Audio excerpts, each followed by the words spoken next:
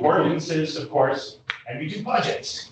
And budget is historically, through good times and bad times, you gotta do a budget, no matter what happens. And we do it every 2 years. It's really a sacred duty, because if I found anything as an elected official, it's that every resident and every business in the city, whether they are red or purple or blue or green or polka dot, their money is their money, and they write the checks or they put their money into escrow or whatever, but it's a big deal, and they want us to be able to look them in the eye and say that we understand that and that we have been careful, good stewards with their money. And it crosses all political interests. Now, how people think of that use of good money, that changes over time, and that changes by who you ask, but it's true about everybody, and it's why it's so important what we do. We face some really serious challenges this year. All municipalities do. We face, ours are different than some. Some municipalities are facing existential challenges. Fortunately, ours aren't quite that, but they are going to demand that we be really careful and that we be exceptionally frugal and that we forego some of the things that we want to do this year. We're not going to be able to do a lot of the things that we want to do this year, whether it's things that we want to do up here as elected or things that staff know that we need to do at some point. A lot of those things aren't going to get done this year because of how careful we have to be. However, we have an ace in our pocket. And I often will talk about what somebody's mutant superpower is, right? We have arguably the best budgeting professional in the state of Washington as our mayor. He has honed his skill through many years in the legislature, and he has an amazing talent for it. And so he's doing the budget this year. We are doing this budget this year a little bit differently. You're hearing about the council's priorities a little bit earlier in the cycle, so that we can get to resolution, so that you all can put together the best budget that reflects the priorities that we find from the community and the things that you know from running the departments that you know. So it's very exciting. Really looking forward. Mark and I cut our teeth on city council together doing budgets a number of years ago as council members, but to be back as council president and as mayor, I'm confident that we'll have a good budget and that the mysterious alchemy, you're going to hear a bunch of stuff tonight from a bunch of different council members. There is going to be a mysterious alchemy that will occur over the next few months as the budget gets put together, as we push and pull on some of the items, and then we will get to in October or November a budget that we can be proud of and that the residents can be proud of, and that we can look them in the eye. We can say, we understand we're taking your taxes, but we are being good stewards of your money. With that, I hand it to you. Thank you, Council President Mark. Yeah, we were on the council together, I think, starting in 2010, so our first year together. I enjoyed the first 7 or 8 months of that year, but my real happiness did come when the budget process started, because it was kind of the first unveiling. At that point in time, it was a $34 million general fund budget, and it was kind of the entire nuances of how the city of Issaquah operates, and it was refreshing for me.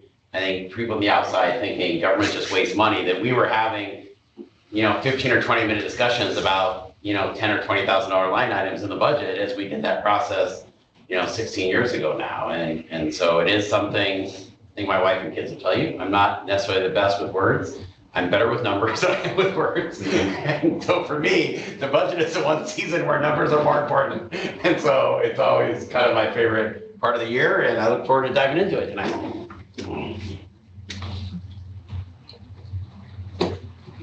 All right, with that, we will move to public comment. Is there any public comment?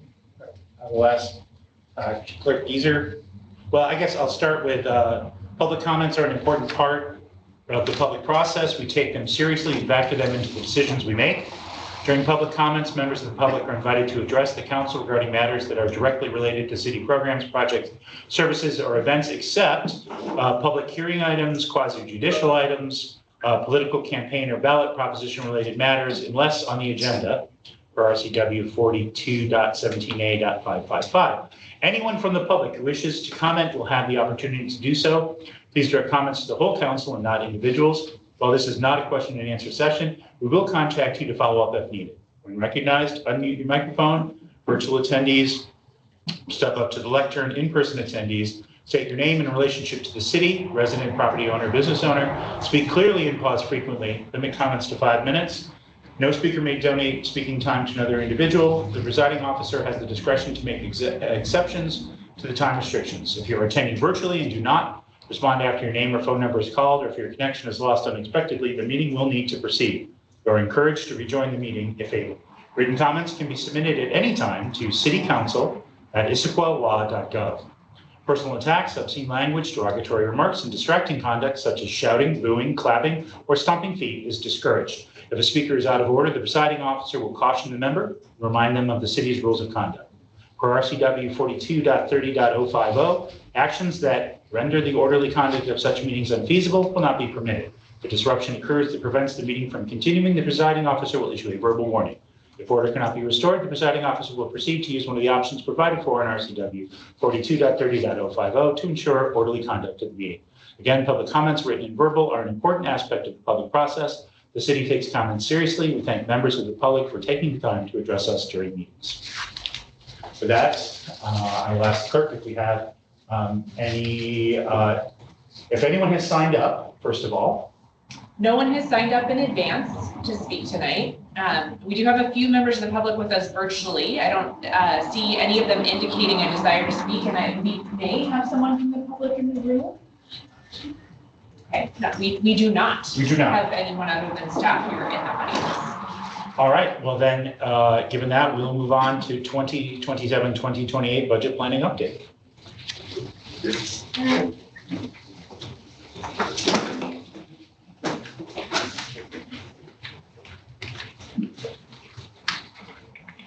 Thank you, Council President Marks. Give me just a moment and I will get my presentation up and then I will get started.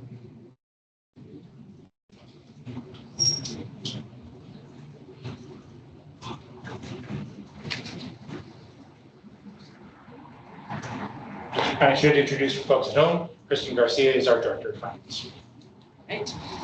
Well, again, thank you, Council President Marks. Thank you, Mayor, City Council, members of the senior leadership team for being here tonight to learn more about where we are in the budget process and to learn more about council priorities.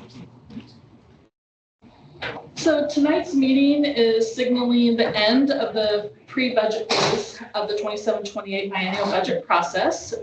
After this meeting, we'll be moving into finalizing budget assumptions and working to prepare the mayor's preliminary budget for presentation to City Council this fall. So this is the time in the budget process to discuss key priorities and to gain alignment to ensure budget proposals brought forward in the mayor's preliminary budget support our organizational goals and City Council priorities. It's also the time to share major revenue and expense themes that are beginning to emerge. Today's focus is going to be on the general fund and then the special revenue funds. And then a full review of all city funds will take place this fall when we bring forward the preliminary budget. So a review of tonight's agenda. Administration is seeking input and direction from City Council, and we'll go over what we need direction on in the next slide.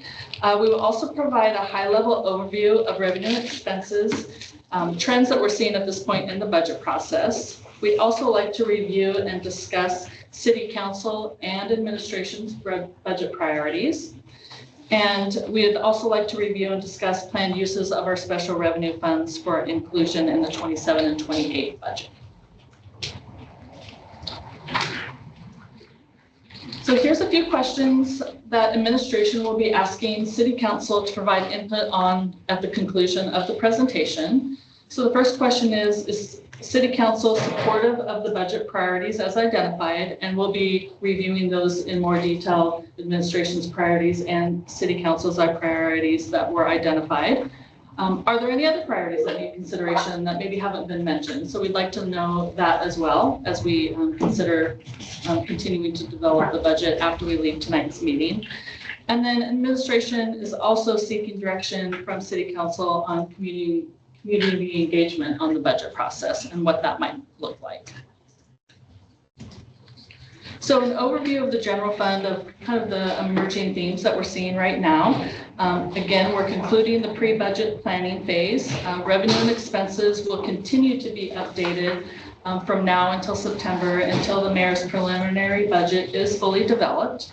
Numbers presented today are intended to provide some insight on the major trends that we're seeing, at least at this point in the budget process. So right now, we're expecting moderate growth in our Big Four revenue. We're expecting modest but overall growth in total general fund revenue. But what we're seeing right now is that our expense growth is outpacing our revenue growth.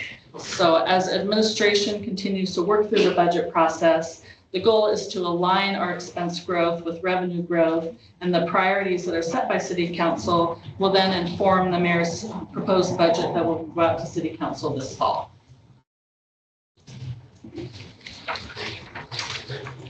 A little deeper dive into the Big Four revenue. So this is a breakdown of the Big Four revenue projections at this point in the budget process. They will be evaluated against, once we see the results from second quarter revenue in 2026, just to see if revenues so far this year are continuing to grow, and then if adjustments need to be made to the current projections. And just for context, the Big Four revenue represents about 72% of total general fund revenue. So it's really important for us to understand how these revenues are trending early in the budget process. The preliminary estimate for total Big Four revenue in 2027 is expected to be 49 million, or about a 5% increase over 2026. And revenue is expected to be nearly 51 million in 2028, about a 3% increase in 2027. Oh, I'm sorry. Councilmember Wall. Thank you. Can you talk to me a little bit more about what the assumptions are being made for that 5%? Since we only have a little bit of data, Sure. Is this based primarily on our data? Are there other assumptions going into it? I know in the memo, you talked about how, we've gotten some big sales tax numbers in, but a lot of it was one time. So Yeah. how are we looking at all of that? Sure, I can kind of walk through. I think I'll walk through each of those. I think property tax is fairly straightforward. We're assuming a 1% increase over prior year, including anything from new construction, refunds, those kinds of things. So I think that's pretty straightforward. For retail sales tax, we are looking at, so I like to look at historical trends, how those average over a period of time. I try to look at least 4 to 5 years. I also like to look at how revenues are performing in the current period to see if those historical trends are still holding true. So for retail sales tax, our 2026 budget was about 19 million. We actually hit in 2025 over that mark. So I kind of started with where we ended in 2025. Where do I think we might land in 26? I think we're going to land probably around the 21 million mark for 2026. And then I looked at our historical trend and then did a percentage increase over that. So our 27 preliminary estimate is 2% over 21 million. And then I did another 2%, being conservative.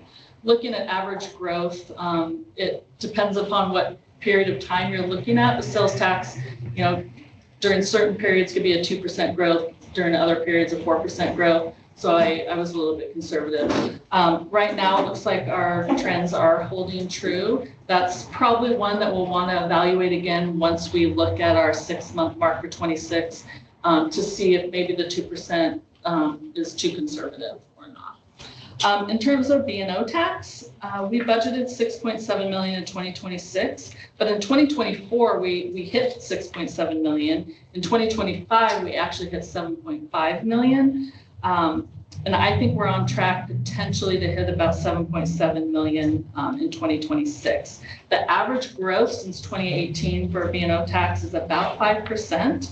So I looked at where we landed in 2025 and did a 2% growth. So I think the 2026 budget for B&O tax might have been conservative based on where we have been performing. So that looks like why there's such a big jump. But the 27 budget is based on historical trending, what percentage on average that looked like per year, and where we've been landing in the current period. Same thing with utility tax. We hit 7. Can you go back a slide? Oh. Now that Oh, it's yes. back up. Yeah. Thank you. There we go.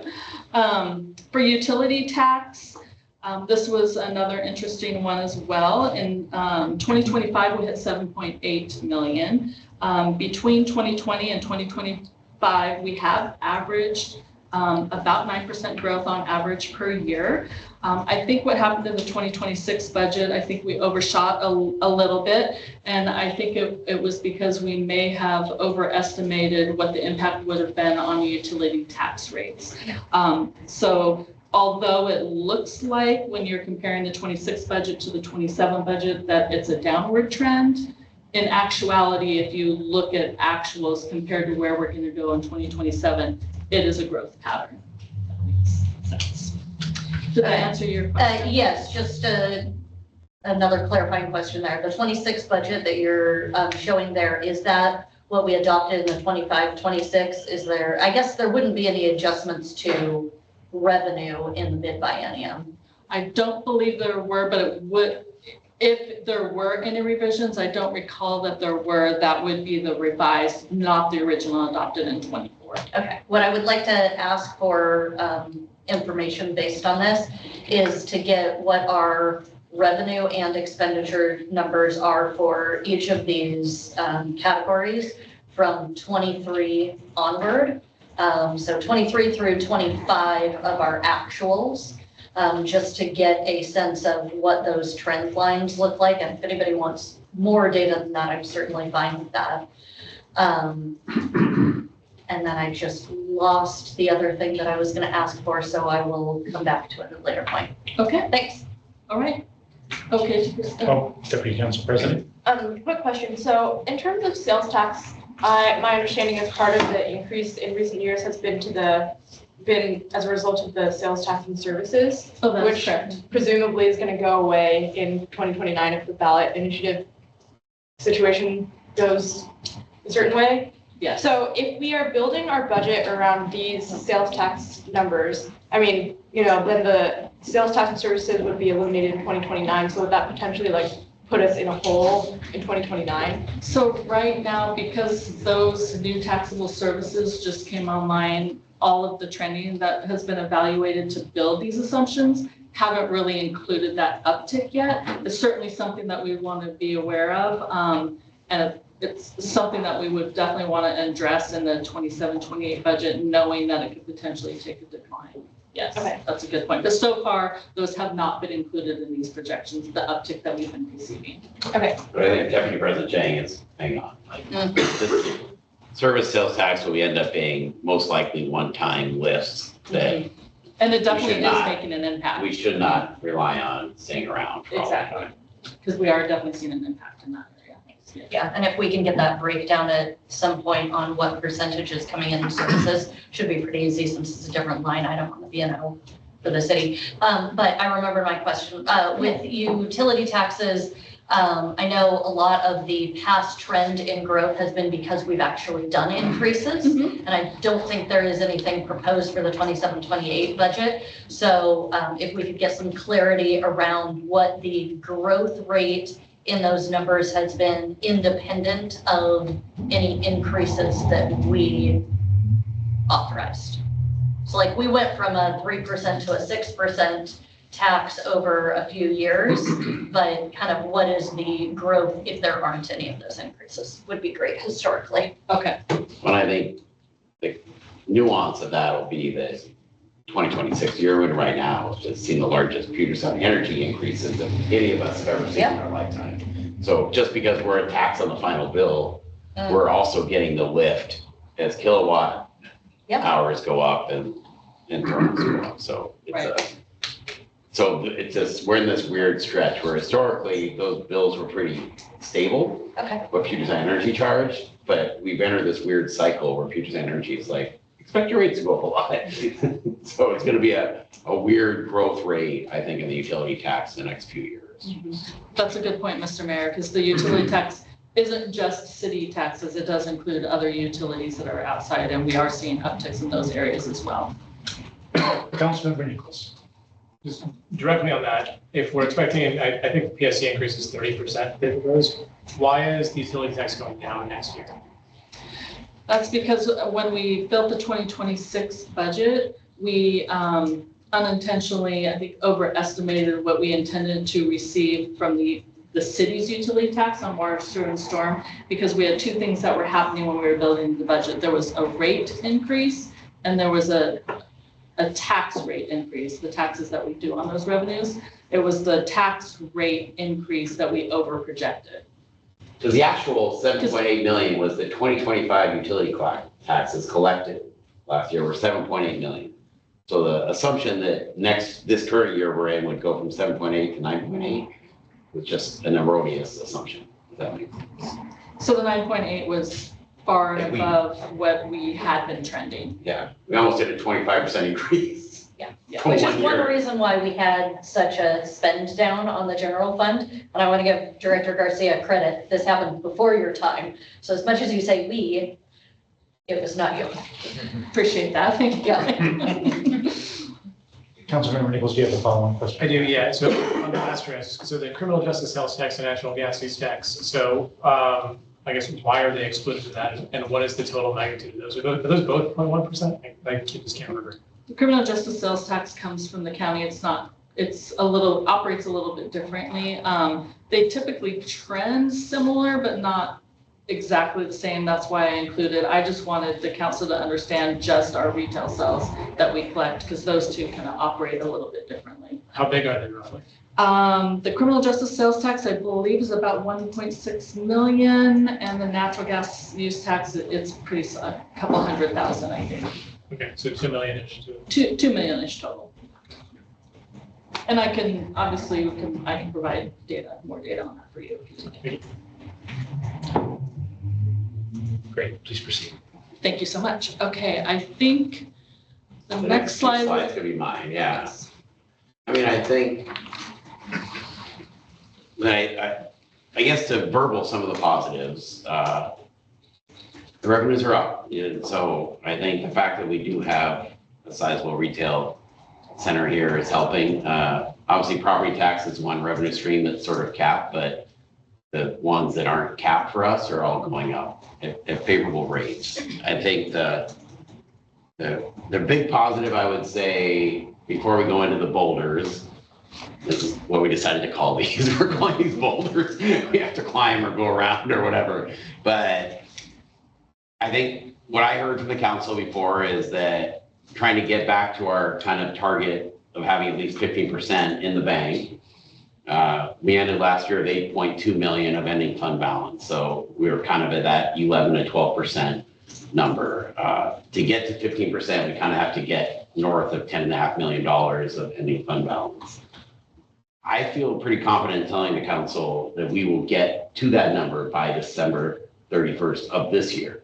So I think we will hit our 15% ending fund target in this calendar year. It's a combination of higher revenues coming in 2026 and a combination of just expense management, I guess you could say. And so I think that to me is a big giant positive before we go into the boulders. The second, I think, big positive, which we're going to start to communicate out, I think, to staff in the next week is I think a goal for me starting from January 1st was not to have a repeat of what we had 2 years ago, where a lot of people who work in the city of Issaquah got let go because we had some real budget challenges you could not solve any other way. And so I think the approach this year, as we had natural attrition in any sort of position, there was discussions when that attrition occurred, and that wasn't us forcing anybody out. That was just people choosing, like, I'm retiring or I'm moving or whatever it was. And so I think through those efforts, we feel really confident that we can start to communicate to staff that we don't expect layoffs of people who currently work for the city of Issaquah this year. And so I think we want to get that message out. My experience, whether it's a Bank of America or UBS, was announcement of potential layoffs. Even if you end up not having them, there's a staff demoralization that happens for those intervening 3 or 4 months. And so I think we're really trying to get a message out early that other cities may be going through potential layoffs, but we feel through the decisions we made on the expense side in the first half of the year, we feel like we can avoid that in the second half of the year with a high degree of confidence. So I think those to me are two really big things that people hopefully leave tonight knowing that I feel confident that we will hit our 15% ending fund balance by the end of this year.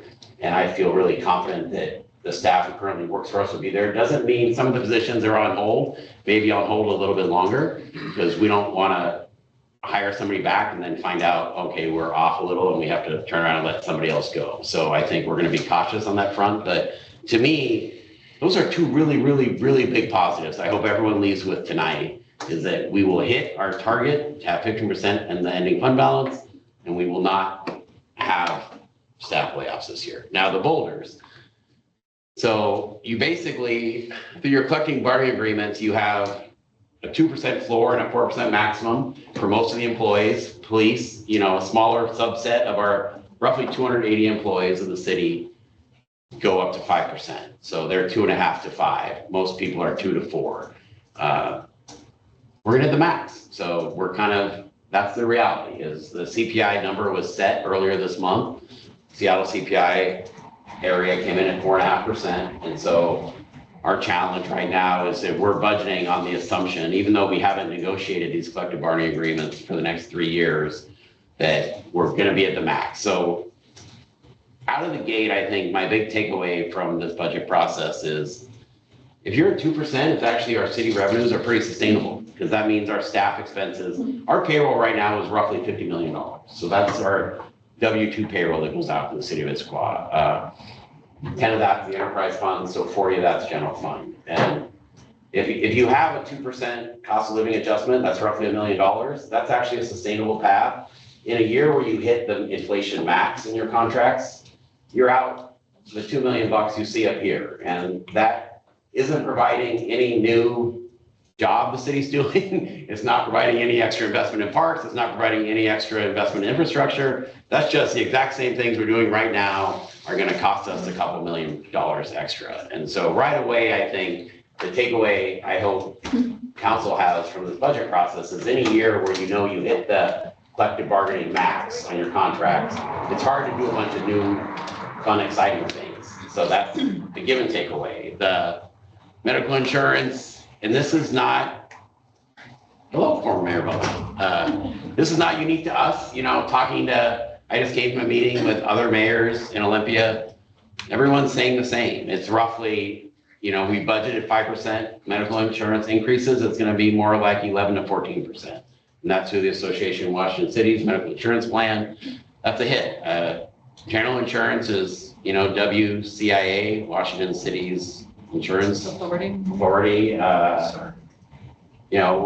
hitting numbers that we don't have any control over those numbers. Fuel utility costs. These are just, obviously we all sing this every time we fill up our own cars. And in the public defense, we've taken a lot of that already this year. So a lot of that is indicative of an expense we've already incurred. But if you add up those other items, you get roughly in the low, $3.2 million of expenses that we're going to have next year that I don't know how to phrase it, we have no control over those. Like, there's nothing that we can do as a council or administration and change those numbers. It's like, we're going to provide health insurance. We have to provide general, property and liability coverage. We have to do lots of things.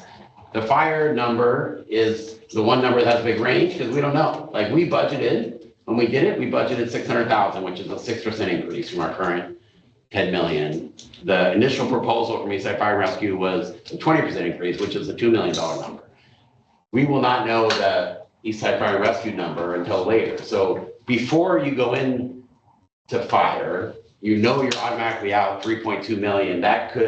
Your increases could go all the way up, from anywhere from 3.8 million up to over 5 million. And so I think that's where most of our budget uncertainty right now is coming from not being able to control that boulder. But I think the message in meeting with people on long-term sustainability is, if we're going to spend roughly $66 million this year running the city of Issaquah, we know at a bare minimum it's going to be very close to 70 next year. And that, as a percentage increase, is not over the long run sustainable. Right now, we have revenue lifts.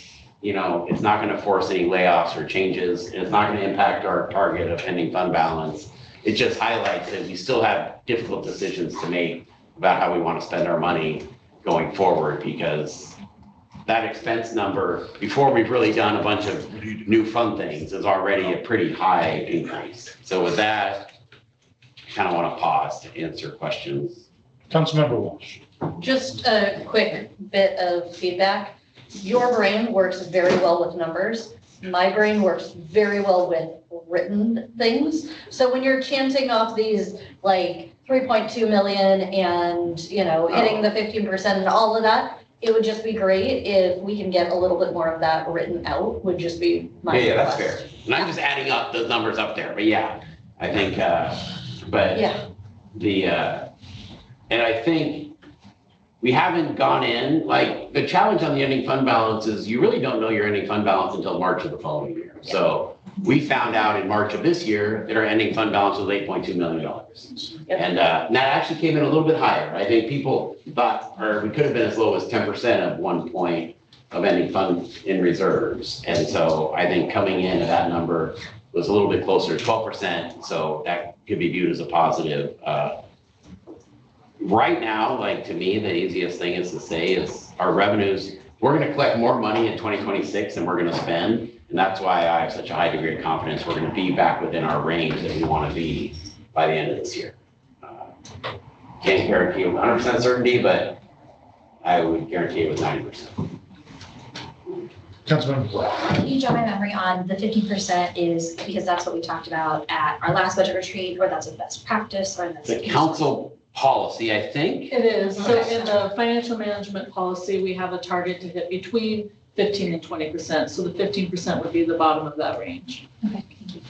And I think, to Councilmember Jane's point, I think one of the things going forward we try to do is find all the one-off isolated revenue bumps. Sales tax on services is an isolated revenue bump. And we're really going to try to avoid putting that into a general fund bucket that we assume is going to be there for all the time. And so that's And I will add on this council policy about ending fund balance. It used to be that we were routinely in the 25 to 40% range. And I was one of the people arguing to drive that number down because I wanted us to keep a smaller fraction of the public's money rather than sort of sitting on it at the end of the year without using it. So we brought it down to 15 to 20. And for a decade, it was always that it came in on the high side. We live in the unfortunate reality where in the last 2 or 3 years, we are now actually facing the lower side of that number finally after many years. So just that's some context on. But the council spent quite a bit of time coming over that 15 to 20%. Deputy Council President. Great. So this slide is basically about, here's some of the impacts for 2027, but this is a biennial budget. So I'm curious what you're thinking about in terms of assumptions for 2028. Like, are we going to have another 14% increase in health insurance costs? So we hope not, but the presentations I've gone to on the economic side, they do feel that inflation will be lower, I think, a year from now. So I think there's actually a chance we could be closer to 2% than 4% in terms of inflation if we're sitting in this room 1 year from today. And if that happens, then that's $1 million better off for us. And so it's just hard at this point to predict what that is. And so it's, I think with AWC's insurance on healthcare, it's sort of like a self-insured healthcare pool created amongst all the cities in the state of Washington. Like, there's no companies making money off of us, if that makes, you know what I mean? It's not like we have some private health insurance where somebody's gouging us on our rates. This is just us acknowledging as we pay out healthcare expenses for all various municipalities in this organization throughout all the cities, like, these are real actual costs that are going up. And so we feel like we would love to find a way to have them be lower, but we don't know what we can do to make them lower. It's an invoice that we have to pay that we don't have that much control unless we were to change the healthcare benefits we offered our staff. I mean, that's the main lever sometimes people use to control their healthcare expense. At this point in time, I want to be really clear. We are not proposing cutting staff's healthcare benefits. So that has not been on the table. It's not I mean, I think our going into this thing was no layoffs. We're not trying to reduce healthcare benefits. So we're just planning at this point to pay whatever invoice they give us. And if I may, Mr. Mayor, just to provide a little bit more context. So in the 27 budget, we are assuming some double-digit increases, as the mayor indicated, in some of these buckets.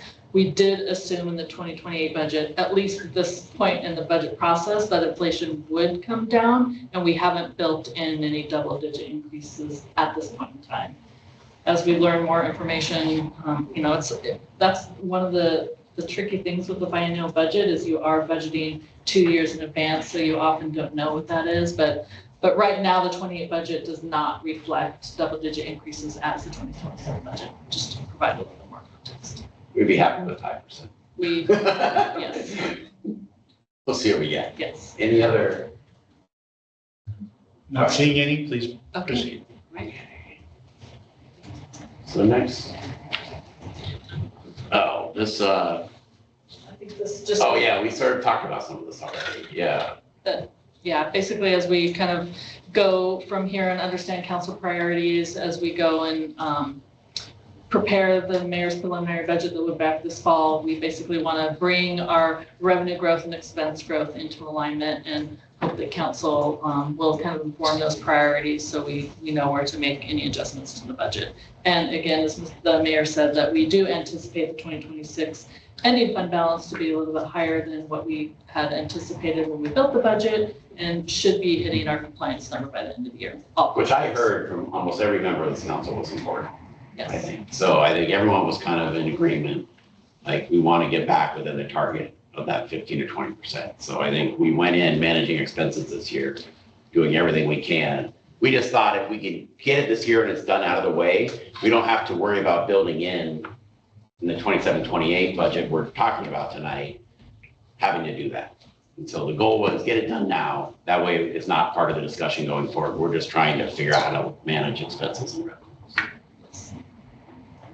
Okay, Right. continue. No, these are ours, yes. I think investment we're currently doing, part of it is what we just talked about. We want Issaquah to be a place where people, like it's a respected place for everyone to come to work. And we want the reputation of the region of being it's a great city to work for. So we're going to continue to invest in our staff with the same benefits they currently had and all the variety of things that staff is doing. I think infrastructure, we talked about it way back when we had our first retreat, this idea of, we have some really big neighborhoods in Tallis and the Highlands who came online at a point in time where they're going to need some investments going forward. And so I think we're going to have a budget, I think, that will propose making those investments. And the fiscal sustainability is, we've made some tough choices, in terms of holding some positions this year, but it's choices made in a goal of being fiscally sustainable without having to do layoffs later on in the year. And so I think we tried to establish some fiscal sustainability through those policies. And if we get the ability to take those off of hold, we will probably, but we just need more clarity in the budget. Mr. Mayor, when you talk about wanting to be a great place to work and, that brings bright people, I know every so often we will do like, salary and benefit comparisons, right? And we'll see sort of where we fit regionally. I don't think we've done that in a while. I am also, I believe it's important to convey that we're not looking to cut any benefits or anything like that, but sooner or later, we'll want to have a conversation where we understand where we stand compared to the other cities on the east side and the other cities in North King County. How do we compare to Kirkland and Bellevue and Redmond and North Bend, on some of these things, right? As a sanity check, not tonight, not necessarily even the presentation of this budget, but as we start to see, for instance, the next rounds of collective bargaining agreements, I think that you don't want to aim for 25% of market. You don't want to aim, I think there's a conversation about where do we aim for and how does that inform our conversations. I think if you, you get what you pay for. So I'm all for that, but I haven't seen that in a while. So I can happily report, I asked for exactly that from our HR department and I received it. So it's, I think our goal is to be median plus. So we Third want the low. Third quartile? Like Yes. 50 to 70? So, exactly. And I would say if you were to look at where we were 2 or 3 years ago, we were above median, but closer to the upper end of that range. And if you were to look at where we are now, 2 or 3 years later, we're still above the median. We're not as far above the median as we would have been 2 or 3 years ago. So I'm just, so I did not get into exactly, were we at 65 before and now we're at 62? Like, I did not get into that level of granularity, but I think the rough summary from HR was, we're still above median. We're not as far above the median as we were 2 or 3 years ago. But right now, at this point, we are not somebody where somebody would look at what we're offering to pay people for various positions and say, we're in the low end. Okay. We are not at that point. I'm glad to hear that. And again, we're not looking tonight to turn any knobs that relate to those. But as, again, as collective bargaining agreements come up for renewal, and as we look at some of our other, salary spending, being able to look at those and be able to report those back to council, I think will help us understand how to make good decisions and make sure that we can attract and retain talented people to provide the services in the city that people care. Yeah, that's fair. Okay, I think we're getting into the meetings I did with you guys. Okay, so if something's wrong in this slide, it's my fault. Don't blame anybody else. Because I just took notes when I did the 7 meetings. And I think it was very clear that everyone could have multiple budget priorities, but we did ask each person to kind of put one that we said we would put on this list. And then the next slide, I think, takes in other priorities. And I think we want to make clear tonight that the second slide, people can add. Like, I think some people are like, oh, if I didn't say that, but I don't want people to think that's not important to me. I think it just meant that it wasn't the thing that got brought up in our conversation. But everything at this point, we're just looking for these themes. And we thought a good way to talk about it out of the gate was, these are 7 different priorities we heard. And as you can see from this list, some are very broad and some are more specific. And so it's, I think we have a lot of time slotted here because I just took down these priorities. I think our goal tonight is to leave and I want to be clear, like, our goal is to, I can do quick summaries of each one of these. I think Council President Martz he wants to know that, we're setting up a sustainable path that over the next 5 or 10 years does not send the city on a bad course. I think, Deputy President Jang obviously wants a council discussion of, do we want to go with Metroplex or do we want to look at some fixed route transit options in the city? I think Councilmember Adair shared he came from a community that had 2 water line failures, one in Odessa, Texas, and one in Los Angeles, and doesn't want to be on a council that has major infrastructure failures. I think Councilmember Boyd highlighted that human service grants right now are $610,000. I will be honest, the administration's plan was to not cut them. I think Councilmember Boyd said I would love if they could also get a COLA adjustment, something not crazy. I think she was saying like a 4% type adjustment, just so their costs are going up, and can we have some way to increase those as well? I think Councilmember Joe was very focused, similar to the council president, on just making sure that we have something sustainable. And Councilmember Nichols is highlighting that arts funding comes from the movie theater tax. Not as many people go to the movies, although right now, I think Odyssey could be slowly changing that. There might be a small uptick in our movie theater tax. I contributed a part of that. Really good movie. I highly recommend the Odyssey. And I didn't put the nuances. Councilmember Nichols, I think, was open to that money coming from a new, like, I think some people have tried to tack stuff onto the lodging tax. I said, I think we could have discussions around the general fund, trying to backfill that. I think Councilmember Walsh highlighted emergency management, but also highlighted doesn't mean necessarily hiring additional staff. It could be more investment in training of all of our staff. So when we do have emergencies, more people have had training to understand how to manage those. And those are sort of the themes we heard from those individual meetings. It might be good to go to the matrix slide just so people can kind of see it laid out up there. And I think, Council President Martz, I'm open to how we go about this, because I think my experience is I want the council to feel when this budget comes out in September like the stuff you guys say in the next hour is a majority council priority, I feel like our job is to figure out how to make that happen.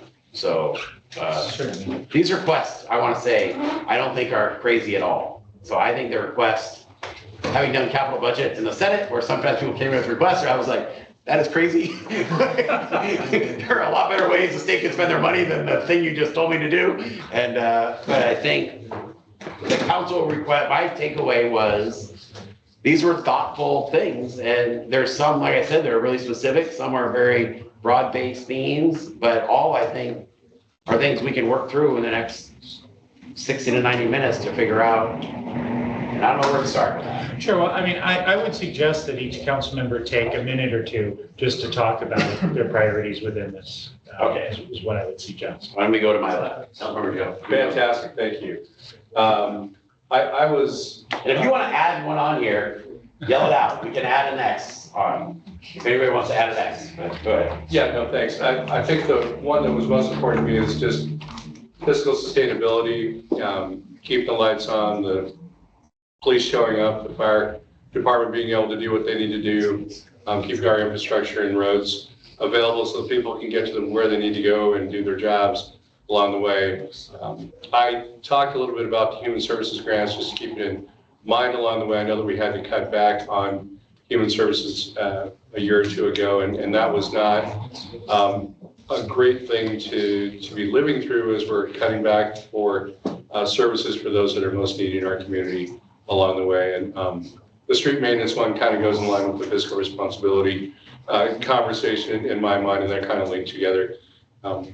For this budget, I'm just trying to make sure that we're keeping our basic services going, keep everything moving forward so that when people think that they're calling on the government and our city to help them, someone is there to help them and assist them, and someone's going to show up to keep the lights on and keep everything going. So that's my main goal for this budget. And I want to highlight, because there's a nuance I didn't make the matrix, but I think Councilmember Nichols on the human service grants wants the council to discuss the concept of maybe having some people who traditionally always get funding, having maybe, I don't know, a different path into that, where rather than go through the traditional human service grant process, because there are some organizations that cities had long-term relationships with that maybe they get removed from that anxiety. So I think for his X in that human service grant piece, that's what I think he wants the discussion to be later on. Yeah, I don't know if we can do that or not. We tried to think about that with the LTAC funding, but we couldn't prioritize longstanding groups like the Chamber and the 7 days and other groups over and above others that might be applying. So I don't know if that rule still holds for human services grants too. I'd like a little bit of guidance there. So thank you. Thank you, Councilmember Joe. Councilmember Adair. Yeah, so I'll start off with saying like there's nothing on the matrix I don't like in terms of how I framed this conversation, which was like what is most important to me and what is my focus, especially in these early phases of this. As the mayor brought up, I have personally, in my hometown had the main water line fail and the city not have water for I think a week or two. And then in Los Angeles, there was a main water failure there that also had happened. And so in this budget, I know when things get tight, it's always easy to kind of delay some maintenance projects and delay these kinds of things. And so I want us to make sure we're not losing sight of that. And because that is the core stuff we have to do, and sometimes that is unseen or easy to think we can do later. And so I do want there to still be a good focus on that as we work through these numbers and not losing sight of that important stuff that has to happen. Equally, as I brought up in the early discussion, emergency management is similarly an important thing for me, and that I feel more emergencies are likely, and I want us to be prepared, and the initial assessment of just one person there just felt wrong to me, and so I just really want to make sure we have a level of redundancy. I hope it's not a premonition, but Councilmember Adair is losing sleep at night, worrying Jared's going to get hit by a bus. Yes, and that was the thing, like, if he gets hit by a bus on his way in during an emergency, what do we do? And it's just, that's an area that I want that kind of redundancy. I'm generally an optimist, but I have a bit of an economic pessimism of the next few years. And so like for me, even 2028, I'm concerned about that inflation rate. And so my focus is very much on kind of really trying to focus on those worst case scenarios and preparing for those as much as we can in this budget cycle. Because I fear more chaos. And so I just don't want us to be too rosy in our outlook as we develop these things. So that is kind of where my main priorities lie for this initial phase. Thank you. Councilmember Wall. Thanks. I think core infrastructure is listed there. I'm not concerned about our enterprise funds at all, but I do want to make sure that we are maintaining our city buildings and things like the Black Nugget retaining wall and other things like that that tend to get pushed off. I would also put under street maintenance. I've always been a huge proponent of making sure that our concrete management and pavement management programs are funded to the fullest. For emergency management, yes, I worry about our truck numbers, who's going to get hit by a bus. But I also want to make sure that we are moving the needle forward on things like our sustainability centers, or resiliency hubs. Those areas. For fiscal sustainability, I want to make sure we're making progress, but I don't feel the need to necessarily be, I think we talked about 26 budget. I didn't feel the need to be at the 15% there. I wanted to make sure we were making progress in the 27-28 budget. So I think my concern there would be being too tight. If what you're suggesting is we've made enough cuts to get to the 15% in 2026, I want to then ensure that we are not overinflating that back to the point as Council President Martz had said of like, are we being too reductionist in our expenditures, or are we budgeting too high for things like our staff vacancy rates? Because that was the big problem that we had in the past with the 40% stuff, is we were assuming that every position was going to be filled the entire time. And so I don't want to come in at the end of this and be at 30%. So that will be my thing there. For human services, I always edge more toward our behavioral health and the human services staff over grants. And so my priority there is going to be making sure that those areas where we have staff on the ground are funded. Thank you. Councilmember Wall. Thank you. By and large, I don't think there's a single, whatever way you slice it on this chart that I would disagree with. I would like, if it's possible, to add an X to this fiscal sustainability column where my name is. And I think the way that when I was having my conversations with the mayor, the way I laid out my view of how to fund human services, I tried to look at it through a dialable lens of ideally doing, I would love to explore the idea that I think Councilmember Reynolds might have of dedicated funding for particular groups who do, I think, above and beyond the serving community needs. But I think as listed, my top priority is COLAs for human services. Otherwise, I effectively see it as a cut. Their expenses only increase. And then they're still going for the same pot of money. And if, depending on how this shook out and before we had gotten our numbers that we have here from Director Garcia, barring that, my ask was just to hold and not cut human services, recognizing that if we were in more dire straits, I understood that might be more of a wish list item. And so I have tried to kind of tier it to the best of my abilities, and I'm very open to exploring what the best way to move the dials and levers is. I had brought up the idea of if we could use 2015 funds for the park ranger. Councilmember Walsh just mentioned the staff aspect of human services. I think that's a really unique hybrid position that has not gone, is vacant and has not been filled. I think they can offer sometimes almost a relief sort of pressure valve for services that police are doing, and they are very intertwined with the human services team from my understanding of what that position used to be. But and lastly, keeping my foot on the gas for North Issaquah Park at the time. My conversations with Parks staff is that there is not necessarily a direct particular need for that, but whether it's in making sure we keep an eye on acquisitions, that particular pot. Looks like there's not any for planning dollars at this time, but I just want to make sure that I'm not losing sight of that. Thank you. Councilmember Nichols. Thank you, Councilman President. So the things that I have X'd up here, these are really things that arts and human services are the things that I think I would like to see increased or put some additional investment into, as opposed, and I'm not saying I'm against core infrastructure over streets, certainly, I think anyone else. And I think fiscal sustainability is basically a given for all of us, so I'll skip that one. On the arts funding side of things, as the mayor indicated, my goal here would be to try to help us restore some of our arts funding. So these are things like arts partnerships, arts projects, et cetera, that are funded through mechanisms that are basically related to ticket sales that have been in a continuous decline for several years. So while they are small in dollar value relative to our overall budget, they are large in impact from a community perspective, from my point of view. And I think they have a disproportionate impact in both bringing people to come into our city, enjoy themselves, spend money here, as well as giving a very good return on investment for our residents who love many of the things that these projects support.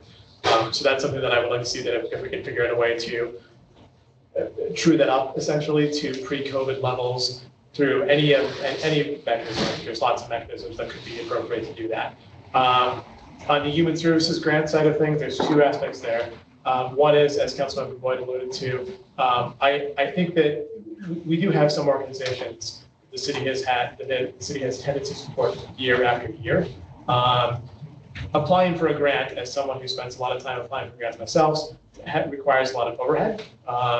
That's a cost, essentially, that we're asking of the mayor to apply to our funding source. If we think there's a pretty good chance we're going to fund them anyway, and we're willing to just make a council priority out of it, it will reduce the cost for that organization where we no longer have to pay them to apply to us. That will just be 5 or 10% increase that they no longer have to pay out of overhead, and it'll give them additional certainty.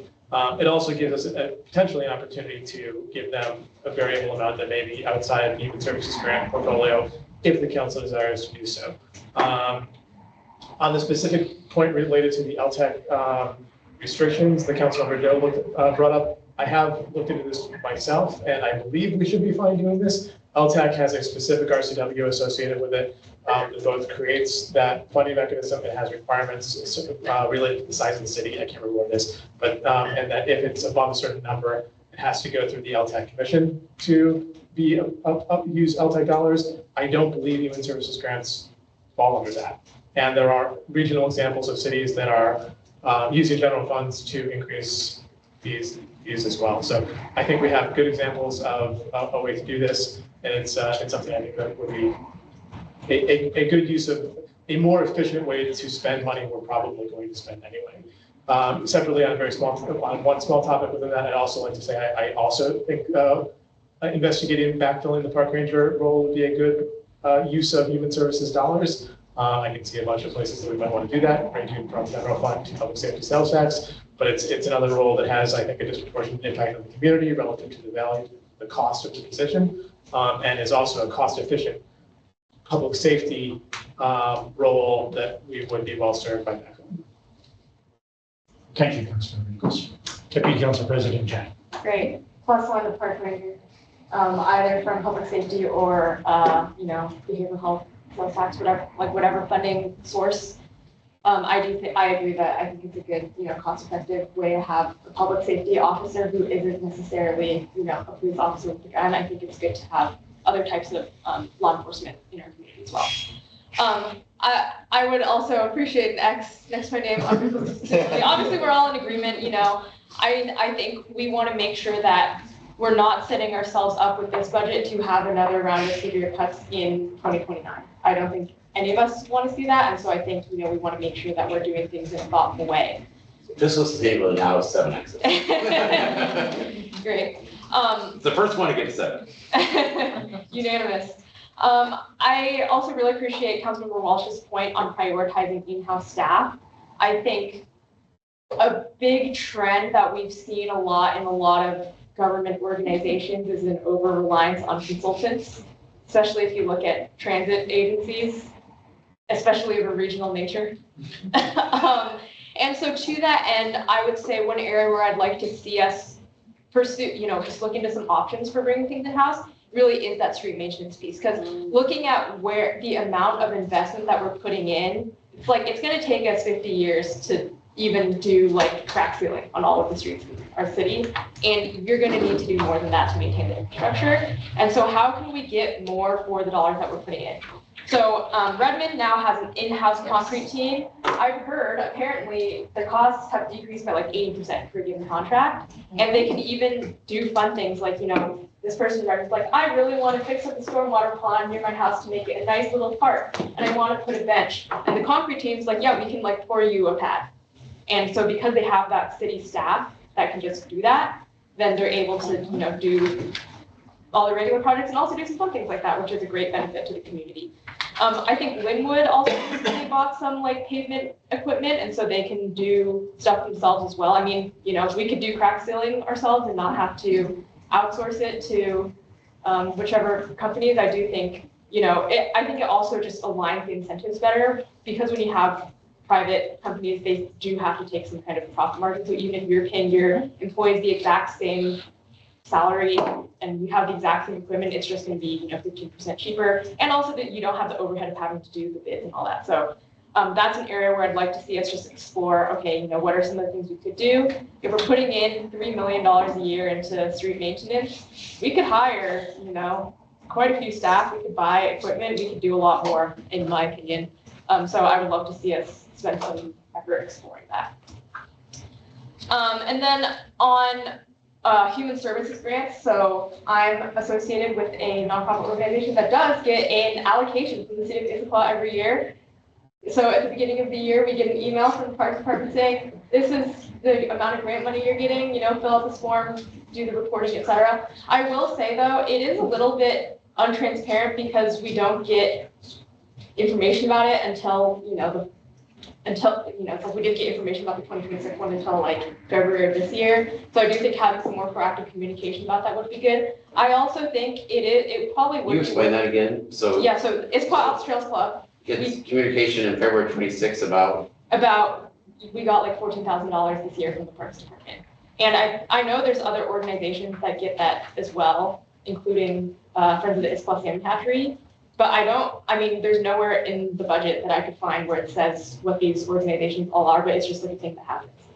So I do think as council as a whole, we should get some more transparency and visibility into that. And I think that if we're willing to do it on the Parks Department side, there's not really any reason why we shouldn't do it on the human services side for organizations that, are based in Issaquah, are very Issaquah focused and useful.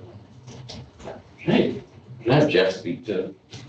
I'm trying to track that. Sure, a little bit. I'll do my best. The grants, the community grants that Councilmember Jang is referring to predate me as well. So for many, many years, there was community grants that were given to some nonprofit organizations outside of the human services grant process. A second stream of human services granting. There were two separate streams. Right, One I would was say more community organization. Community organization investments, not necessarily human services, but yeah. So there's fish, there's the History Museum. History Museum. Friends of Lake Sammamish State Park. Friends of Lake, are those the three? Those are four. And it's Alps Trails. Alps Trails Club, Friends of Lake Sammamish, Hatchery, and Museum are the four remaining. So those have been traditionally just in the budget. Got it. We've in recent years actually put an agreement together. Stacy had coordinated some of this in recent years, but we had put agreements together because before we used to just write a check. Yeah. Your point is the Issaquah Alps Trail Club didn't know they were getting 40,000 until February. Well, we've gotten 14,000 every year, so we're like, okay, well, we expect to get that again. There was, yeah.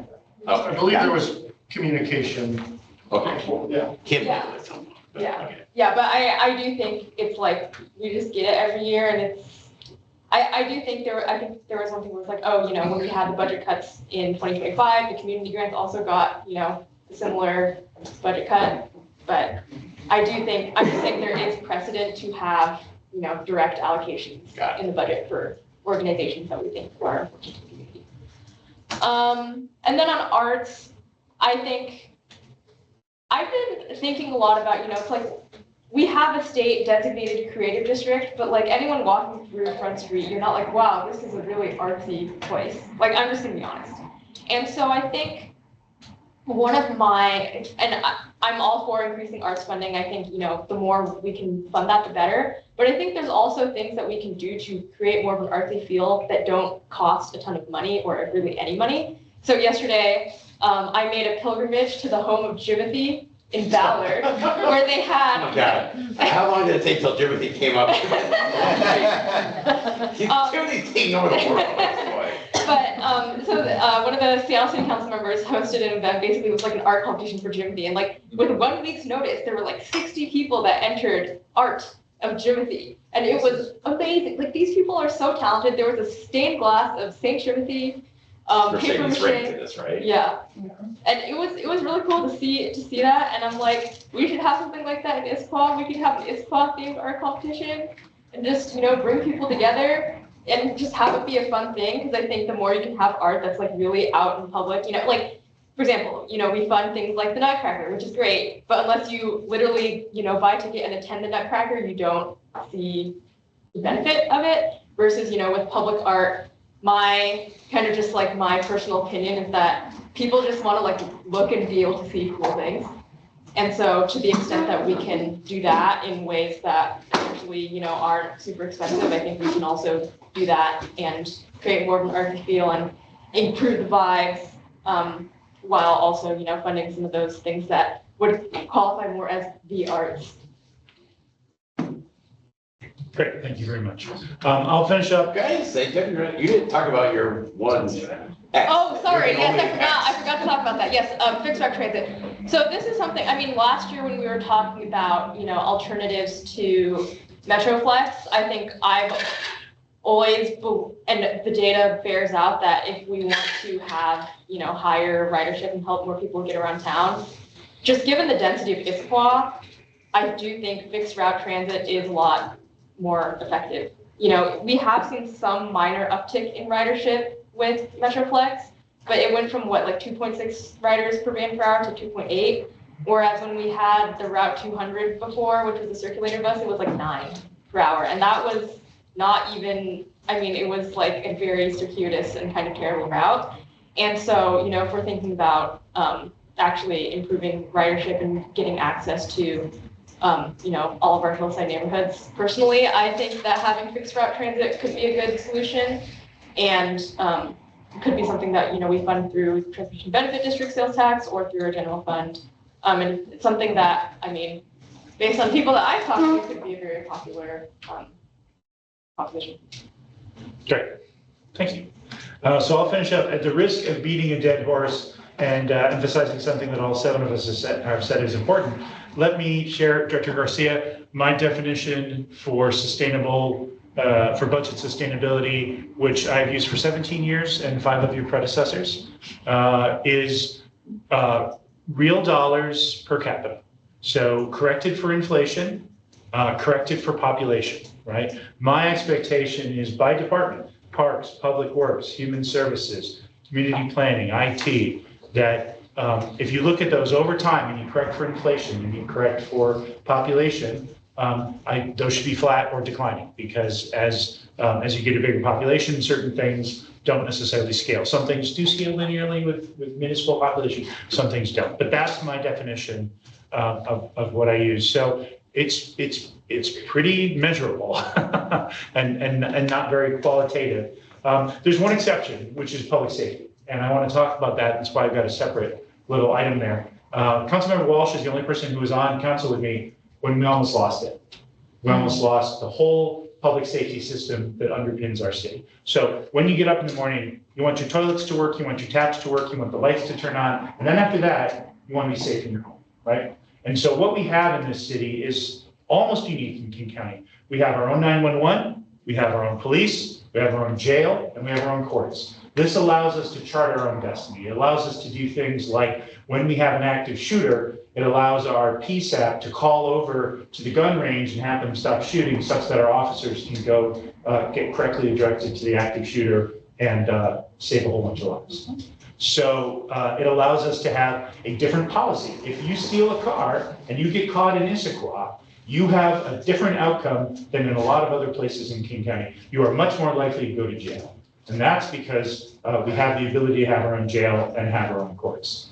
And we almost lost the whole thing because during the darkest days of COVID, it also coincided with an environment where it was very hard to find and retain police officers. And our numbers dropped lower and lower and lower. And we were facing horrible scenarios where we would have basically had to go pleading to King County to provide us officers. And all their other cities were having their own problems, right? They weren't flush with deputies. And so, the whole underpinning that allows us to have the kind of safety that so many of us consider an essential element of the city almost got lost. And so I continue to this day to want to make sure that we don't ever have to face that again. Our officers continue to have a unique environment. We expect much of our officers, and we also provide much for our officers. And the associated systems, like I mentioned, the three other elements of public safety that back up our uniformed officers. So this is a continuing priority to me. It's different than the other departments because they have different needs. And it's not a free credit card to do whatever they want. I have the same concerns about what quartile, we go into for, benefits for our officers as I do with other collective bargaining. But it is unique, and it is, once broken, you kind of can't get it back. So we came very, very close. One of the things I really admire about Mayor Pauly was she understood that, and she helped convey it to the council. So we made the decisions that needed to be made to help bring our police force back. So there's my priorities. And with that, I will turn it back over to you. Well, and I think the guidance we need, I don't know if it's better to go through low-hanging fruit or is the right ones. So the broad theme ones, I think it's pretty obvious here. It's like, so fiscal sustainability seems like a broad theme that everyone says is a priority. Is street maintenance and core infrastructure. Is it safe to say that we have consensus on that? Well, Mr. Mayor, let me ask you the question differently. From what you've just heard from the seven of us, do you think any of it can't be incorporated into the budget that we move forward with? So, okay, that's a good way to phrase it. That makes it easier. I would say that the three ones that would be really helpful to get specific guidance on is the fixed route transit question. I got a sense that there's support for doing a COLA for human services. I didn't hear anyone have any hesitation on that. I think there was another question, on Councilmember Nichols, of streamlining, similar to what we have for those other four organizations, opening that up to a larger pool of potential people. So guidance on that, I think would be really helpful. And then I think there was the concept of kind of backfilling some of the arts funding. So those three, I think, I'd be curious to have. Yes. And emergency management. So I heard resilience hubs. If there's more on the emergency management side, that'd be useful to hear as well. Park ranger also, I feel like three of us mentioned that. I think we heard it. Okay. But it's not on the list currently. Well, this is not, you want to add it to the council budget priority list. We heard it as a priority. The administration shares everyone's good comments about the park ranger, but as the mayor has said, we've tried to manage the budget. That was a vacancy. We'll evaluate that vacancy with other vacancies, but certainly hearing support for that. And my sense, Mr. Mayor, is that if we can fund it, we will try. Yeah. There's no objection on the administration's part to do that. Yeah, I mean, I guess my question was there anything that you guys thought was gonna break the bank, right? If we said we need an entire new economic development department with 6 Yeah. people, you would come back and tell me that's $1 million. Well, and I think, so let's look at the arts funding. So the goal is to try to have like $100,000 increase in that bucket. Is there consensus from the council that that would be something they would want to have as a Remind me what it's at currently, 150, I think, 150, and it's probably come down from, down from 250-ish? yeah. So it'd be, I think to Councilor Nichols' point, kind of restoring maybe where it was pre-COVID. So that's like a, yeah. Councilmember Day. Oh, I'm sorry. Thank you. Councilmember Walsh. Yeah. This is a different process than we've gone through. We have a new mayor, we have a new director of finance. What we had done in past periods when we kind of introduced this July was to introduce things that were important to us, but not to try and come to decisions or consensus at this point. And the reason I mention that is because while I might say, yes, I think $100,000 added to the arts funding sounds good, doing so without the raw numbers of here's the other things that we wouldn't be able to do is very difficult. So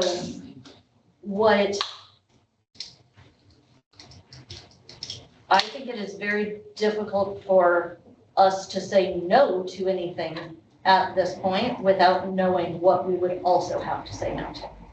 And that's fair. So I guess, And so what I would how ask, about a lower hurdle? Like, is there general consensus? Like, if it could be done, is the consensus yes? Because if that's, so there's a couple where you're just adding money. I think the one policy one that's really hard for us is sort of swapping out Metroflex for the fixed transit. So it could be, Because, I need to know the council's guidance on that. but you're not seeing, so it's not necessarily because one is more expensive than. Well, the fixed route, I think would be 100, it'd be like 400,000 a year versus Metroflex is currently 259. So there would be an add. So it would be a price issue as well as And it's building the plant. but we cut off Councilmember Dare. no, I was still going Oh, and then, sorry. yeah. So I think my preference would be that you take the pieces here and kind of figure out what fits into your budget priorities. But I don't want to sit here and not agree to things that I'd like you to try to get in. So I guess part of what I'm asking is, how do you see the budget calendar coming together? And when are things maybe locked down, or when is it too late to have input on things? Well, it's never too late. Yeah. I mean, Sure.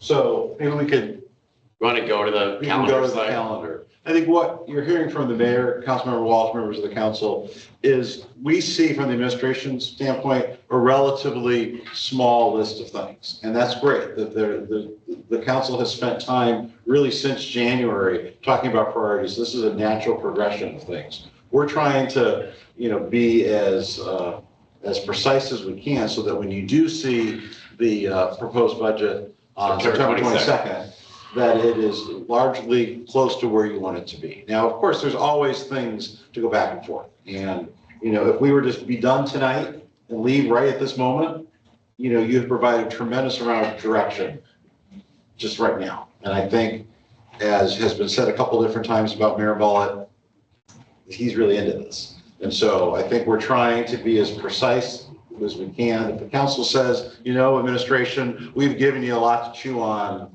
go back and do your job as the administration and come back to us with a proposed budget and then we'll react, that's perfectly fine too. I think what we have listed here is all things that are within the realm of possibility. We will use then our best judgment, absent other direction from the council, as we work on a preliminary budget to put more things with ours. And we'll have to weigh that and we'll make a recommendation and then the council will react as it has in previous years. So I think that's what you're seeing. For me, the only big question mark really is Metroflex versus a fixed route transit. And that may be a matter if there's enough interest in the council to say, let's make a change, then maybe that's something we place on an agenda prior to September 22nd, so that we get a little bit more direction from you. The rest of this, I think, is all within the regular parameters of what my 7 years here, the council has deliberated. Is that helpful, Councilmember Walsh? Yes. And I want to say for the new council members, until we adopt the budget, we can, I want to say do what we want, but the point of today is to try to not have surprises later, right? To identify what we care about. The administration's going to go to try to meet that. But if they hear that we want a park ranger and they don't have a park ranger in their budget, we get to September 22nd, we can potentially add that, but we have to think about if we're zero summing at that point, we have to then explain how we pay for it, right? So my hope tonight is that we size the things that we care about. I also feel that this is not a dangerously ambitious set of priorities. I think that there's nothing here that breaks the bank. So I appreciate the administration wanting to get clarity on some of these things. But until we sign off on that budget, we haven't signed off on that budget. Councilmember Boyd. In the spirit of, getting things out, no surprises, one thing that I did fail to mention in our first round of things, and it came in after my conversation with Mayor Mullet, was, I guess on that chart, maybe I should have another column for parks in general, because I did mention, outlined just keeping the foot on the pedal for North Issaquah, which whether that's acquisitions, what have you. A few of us have talked about the park ranger now, and although I don't know if that would be in the human services or parks budget buckets, but and then the third one, I have had some good conversations about accessibility work that parks team is looking into. We had a Gibson Eck intern who's now on the parks board, I believe, who did as a part of his internship trails standards booklet, and I want to, if we can at all, kind of bounce off that work. The really big, bright, shiny ask would be a accessibility assessment, which would likely require some consultants that can fetch a pretty penny. I think maybe one more smaller dollar quick win, but something that can be used by multiple departments, parks and transportation, is something called the HETAP machine that basically measures the grade and a few other things. That it ranges from, just looking at their website, for a little over 4,000 to 13.6 or $13,600. So I don't know if that's even worth adding to the bucket there, but just or if it's worth nitpicking and things, but maybe just in thinking about this, I don't know if I need to add an X to a parks column, and I'm not actually sure if we have one.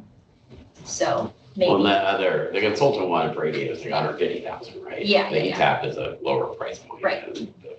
But we do have an ongoing accessibility program in the city, right? We do regular accessibility audits.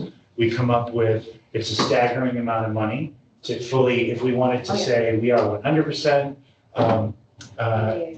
ADA compliant, thank you. It's like $70 million. And so we make a little progress on it on a regular basis. But there is part of an ongoing accessibility effort in the city. The Tibbetts Valley Park Pond, that playground would be accessible. It wouldn't be the wood chips. It would be basically the one that meets the higher requirement. That is more expensive, but as Boyd's point, it's become a city priority as we do these new play structures. We try to make them accessible for everybody. And in the vein of Councilmember Jang talking about Redmond, kind of doing their own in-house and that cut down the cost on consultants. I don't know if looking at this HETAP machine, it's kind of like a cart with a computer on it, if that's taking that same idea, we're bringing that work then in-house, right? And we have it, it's good for, I think, 8 to 10 years. And it's just, multiple departments can use it, so, yeah. I will admit, I never heard of any tap machine until I got an email from Councilor Boyd, so. Thank you. Councilmember Deere. Yeah, my comment was going, Councilmember Walsh's comments were about, like, when you asked about the arts funding, I can't say that, so I fully support it, and so I can't say, I would say yes or no to it without knowing what would be lost by putting that 100,000 in. I think it's a great thing that we should absolutely try to do, figure out a way to fund And so with all these priorities, like, it's like I support all of them, and I can't say like one more than the other without knowing what I would lose by having supported that. I also do want to vocalize support of the park ranger, just so that I put it on record that I also support that. As for the question about the fixed route, I would support us getting on an agenda to discuss it, because I do have interest in it. I think my hesitation to it is that I don't know if it's a 2-year plan or a 5-year plan to do that. I think it is important for us in our long-range goals to light rail to have it. And so the timeline of that, I'm uncertain in terms of what's the timeline to get that incorporated, but I do think it should be something that we are trying to incorporate at some point, because I think we will need it by light rail. So I support it. I just don't know if it's this budget when that happens or not. But yes, in terms of overall, like saying, I without us having to like take these and do 1, 2, 3, 4, 5, 6, 7, I can't say that any of these are unsupported in terms of my view as a council member. So. Thank you, Councilmember Nichols. To City Administrator's point about higher level guidance that might be useful, I'd like to make something explicit that I think most of us are making implicit, which is that I think most of us are basically okay with the budget overall. I think that's worth a discussion and to make explicit from all of us. But at least from my perspective, looking at the way that the city has done budgeting over approximately the last decade, which is all I've really dug into in any degree of detail, I think we've been doing basically a good job. There's hits and misses, it's not always perfect, but it's basically been a pretty good process from what I can tell. All indications I have at the moment are that we are currently on a good path. And that at a high level, I think I would say I'm aligned with the big knobs that the city has. The things that are up here, we're spending time debating and discussing, which are certainly good to discuss. We're talking, fractions of a percent of our total budget, basically, which I think makes it implicit that the big parts of the budget are basically okay. But I think that's worth an explicit statement from us on as well. So that's my statement that at a high level, I'm very much aligned with the broad direction that I've seen the budget going, and I think we've been doing a good job over the past X number of years that I've been trying to pay attention. As to the very specific topics that have come up, I agree with Councilmember Walsh that it's hard to just come out and say without a trade-off that anyone is against the arts. That's something. That's helpful for me to know. So I just want to know that stuff, because then I can say, hey, this was clearly a council priority. Let's try to but I think that what I was trying to say is I agree with the statement that it's hard to say that without a trade-off, it's very easy to say I support something in a vacuum. Yeah. So I understand that makes a lot of sense. And to the same point, as far as fixed route transit goes, I think that's a really good idea, and I would like to see that investigated more. I also appreciate that there's a cost trade-off there that is hard to understand just based on this data alone. So it's certainly it's a concept that I support. I think much as many of my fellow council members are saying, they support some of these other topics that I brought up as well. But at this moment in time, it's hard to say yay or nay without a trade-off discussion. So maybe we just discuss is there anything that we're absolutely that we know we're against? That might actually be an easier conversation. I suspect it will be fast, but so those are my suggestions. So I do think it would be useful for us to get explicit buy-in on high-level budget. Do we think we're on the right path and wrong path, instead of just the minor points, in case there's opinions that are different, and then also perhaps reframing the discussion on some of these budget priorities. Is there anything that if we had 4 people say absolutely no on any one topic here, that could be more useful and more actionable than any other path that we might take in discussion tonight. And I think, let's go through these comments. I think sort of my summary is I would love to figure out what our steps is to determine the plan of fixed route transit versus Metroflex. And so hopefully we can figure out, I don't say we have to decide it right now, but we probably have to decide how we're going to decide it. Because I just want to be clear, I'm going in to produce a budget on September 22nd that I want to reflect the council's priorities. And at this point in time, I don't know if it should be in there or out of there. So that to me is the biggest question mark. And I think, and Wally highlighted, I think, the second piece is on the emergency management space. Is there any other clarity we can get without, picking exactly, like you mentioned, the resiliency hubs, like if we have consensus sort of from the council that, hey, emergency management, resiliency hubs are a good thing to continue to make progress on. Once again, that could be a thing that we try to factor into that September 22nd release. But let's keep going through these questions before we go into the fixed route transit, because that's really the one thing that seems sort of binomial. Like it would have an impact on the community, and I need guidance from the council of which way they're leaning. Councilmember Walsh. Thank you. I think what would be helpful for me on emergency management is understanding what our staff backup is for Jared, how we feel we are doing maybe against other cities on what we have staffing coverage there for our EOC. And then, yes, I'm heavily for, and I would like more information about what our ability is to get resiliency hubs online in the case of an emergency, say this winter versus next winter, et cetera. So that would be the helpful information there. Regarding fixed route transit, I'm not ready to make a decision on budget for that at this point. I think we should schedule a policy discussion. And I think, in fact, we should potentially have a conversation about the when as part of that, because I think this could be something that takes a fair amount of community input and figuring out, how we're going to staff that, et cetera. And so I would be likely more comfortable with a 28th rollout or something like that. Two other points I wanted to bring up, and one that I hadn't brought up in my conversation with you, Mr. Mayor. I would like us to have a city facilities strategic plan.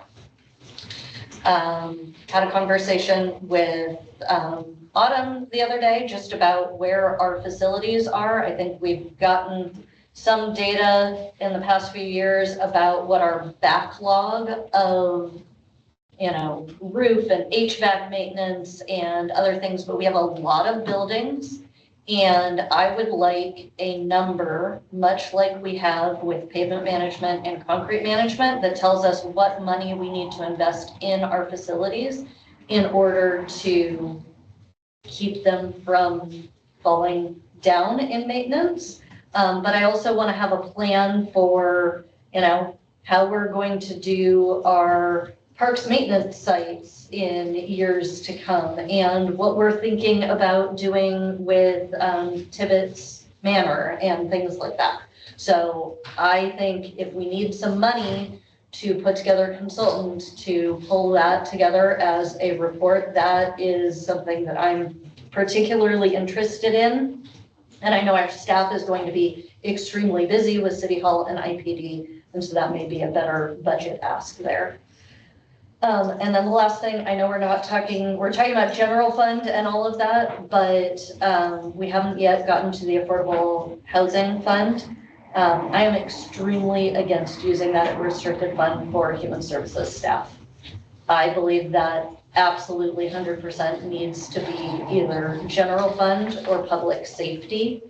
And so if we are saying that all of this can be accomplished only by putting our human services and behavioral health staff in that very finite, dedicated, restricted fund of affordable housing, then I'm a no on almost all of this. Because I think our affordable housing funds, according to HB 1590, yes, 40% can be operations, but I believe that was intended for things like supporting a permanent supportive housing group, not a general behavioral health staff. I believe those staff, much like the park ranger, is a public safety expenditure and just a general expenditure that we should expect out of our city. So I'm putting it out there because I think that needs to be part of our general fund, not part of affordable housing. Can I have just Jeff really quick? Jeff, can you speak? Because I think I mean, this team specifically does homeless outreach, correct? And helps people get housed. I mean, is this a direct function of what they're doing? Yeah, we're talking about the behavioral health program. Absolutely. They are essential to our homeless outreach program. They're the ones making those connections, getting people connected to housing. So, and I believe there's been a portion of that programmatic sales tax funding that has been supporting human services staff already, currently, just to be transparent. That was part of the 25-26 budget process as well.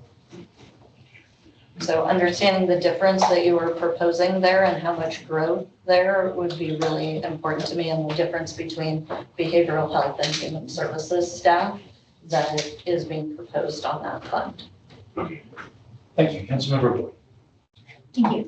Two things. I will second Councilmember Walsh's idea of diving deeper in a capital strategic plan of some sort. I was also in the same overview 101 of just our lay of the land facilities that the city has, and it does seem, I think it ticks the box of the core infrastructure and ultimately our fiscal sustainability. If we're just mapping and planning that strategically. And regarding fiscal sustainability, it seems like we've agreed upon that. We largely yes agree. And before I would want to put my absolute seal on it, can we clarify that means beyond just the ending fund balance is that 15-20%? It's the fact that our revenue, our growth, that's wrong, our spending projection is beyond our revenue projection. Is that, I think having a definition of the fiscal sustainability would really help me out just to doubly confirm and seal. Yeah. I think that's super fair. I mean, I think you want to make sure that the pace of expense growth isn't putting us in a place where we know we're going to be underwater within 2 or 3 years. Okay, thank you. So I will add some thoughts. I'm sorry. I didn't see your tag. Deputy Council President. Oh, okay. So I'm going to be the Grinch on the general direction. I believe that since COVID, we have not met my standard of flat or declining real dollars per capita real dollars. COVID was an extraordinary situation, but I fear that we have normalized some of the emergency spending that we did during that time. And I would like to, and I will be pleasantly surprised if Director Garcia comes back and shows that blip was temporary and that we're back on a more sustainable trajectory, but I'm worried that it doesn't.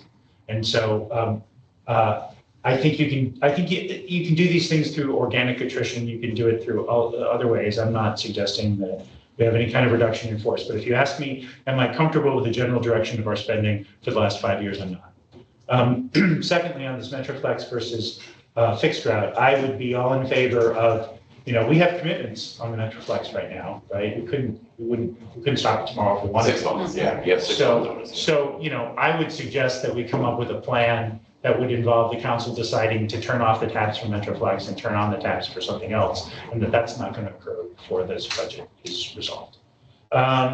Emergency management, I've been one of the people that most pushed for emergency management in the past.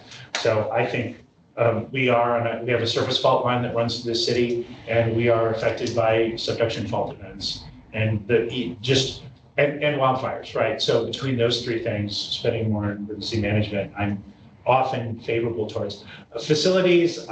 Tibbetts Manor. Look, let's just let's sell it to, if they're making a MacGyver movie or a Jason Statham movie where they have to blow up a house, right? Hey, sell it to them, let them demolish it, let Hollywood pay for it, and then we'll go turn it into parkland, which is what that land should be right now. So I'm all for reviewing our facilities and figuring out how to be creative and do some different things with some of our properties. Deputy Council President. Okay, so a few things. I guess I have a question. So are we planning on adding any additional positions in the 27-28 budget that don't exist in the 25-26 budget? Say that again? In the next budget, are we planning on adding any positions that don't exist in our current budget?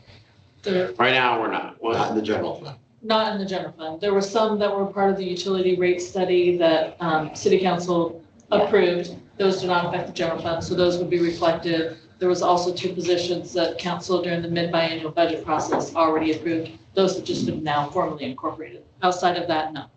Okay. Okay, and then on emergency management. So I remember we did this evacuation study last year. Was last year? I think it was last year. And one of the things that was identified there was Highlands. There's 16,000 people that live up there, one way in, one way out. Potentially, there was like the old construction road that you could, make an actual evacuation route. I think if we're thinking about emergency management investments, that has to be on the list. And Talis, we actually do have two ways because you can open the gate to James Bush Road, so that's fine. But I do think, evacuation from the Highlands is a major concern when it comes to emergency management. I think also resilience hubs are great, so would love to see kind of what that looks like in the budget. I will also say, all of these things, they're all pretty small dollar amounts, and the sum of all of them, since there are numbers up there, I can't do the quick math in my head, but it seems like this is all well below the uncertainty range in what the increased amount is going to be for Issaquah. So that's just something to note for our members who are also on the board of Issaquah and Rescue. And then on the affordable housing tax, I think I'm in agreement with Councilmember Walsh. I know right now we have, I think when I looked at the spending plan for the affordable housing sales tax, we're using it to support the behavioral health team, and that's like $100-something thousand per year. And now we're considering moving our entire human services team under there, which I know there's some of them who are homeless outreach staff, who I think I would be comfortable with those folks being under there, but I think, human services manager, those types of roles, I don't even know if it's actually legal for us to have that under the affordable housing sales tax, so I would want us to be crystal clear on that.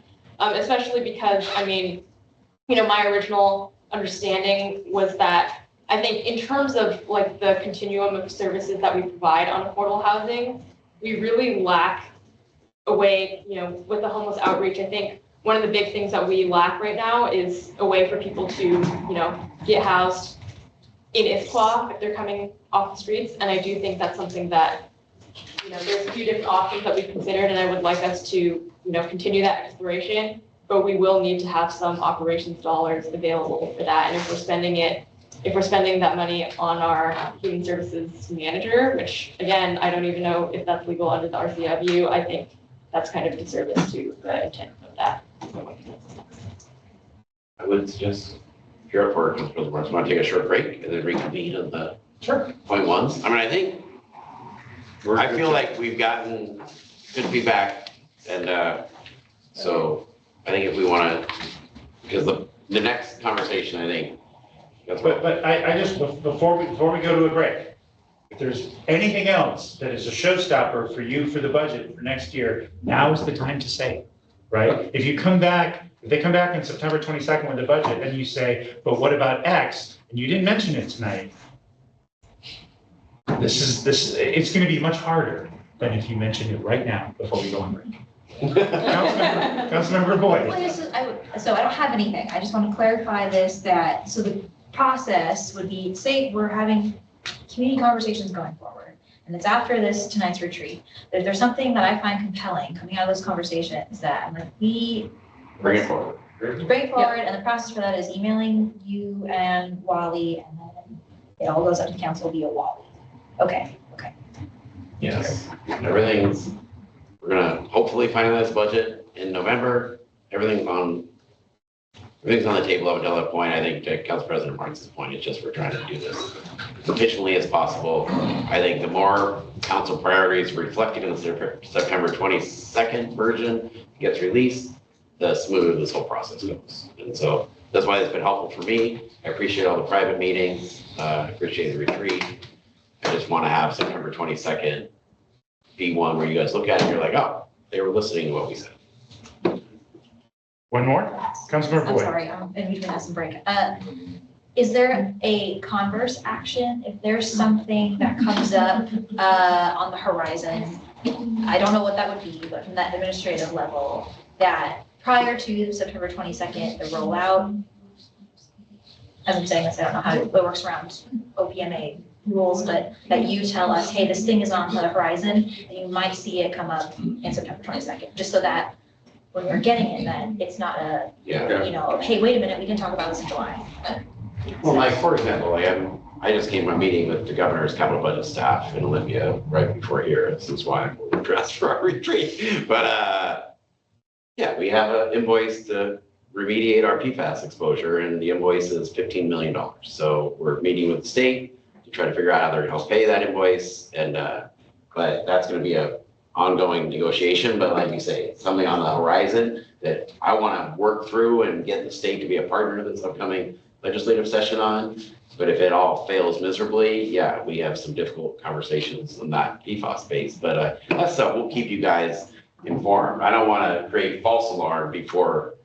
The initial goal is when we have big things like that, like the PFAS invoice, like that's our job is to figure out how we're going to find a partner to pay that invoice, and that's what we're trying to do. Thank you. Deputy Council President Jackson. I think I didn't comment on the overall budget, but I think my question on, are we going to add new positions is kind of, at least my sense is, the city of Issaquah generally is doing a good job with their budget. And I think staying the course, not overextending ourselves, being very intentional with some of these, one-time sales tax boosts, especially if we start getting a bunch of new construction sales tax. I do not want us to be building that into our, long-term operating goals. But sounds like you all are. Then do we want to talk about community engagement after we come back? Yes. Okay. I think we have to take one slide before that. Before anybody walks away, it's 7:17. Please come back in 7 minutes, which is 7:24. Yeah. That'd be too rough. Sorry. Very good.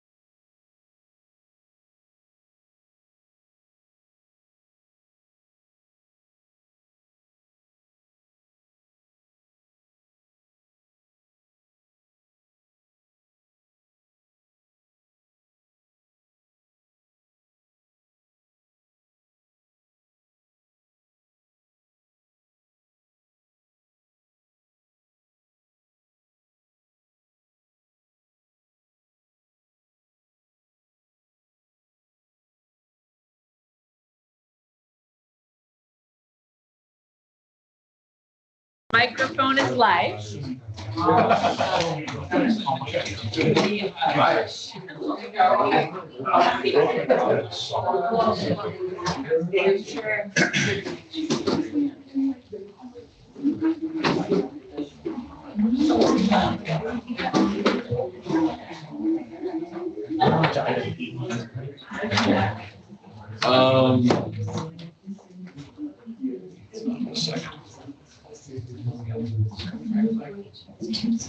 Right, E is network, yes. I think this is the last slide of D. Yes, before we get in. Yeah. Great. No, then, please continue. Okay. Oh, actually, Tisha, are we good? Should we start? Okay. Please, Chair. Yes, thank you, Council President. This is one of the other areas that administration was seeking direction from City Council on. This is administration's proposal on how we plan to engage the public for input on the budget process. So we're recommending that the budget is a topic included for Mayor Town Hall in September. Yes. And the city also plans to promote attendance as it typically does for the public hearings, which will be scheduled in October and November.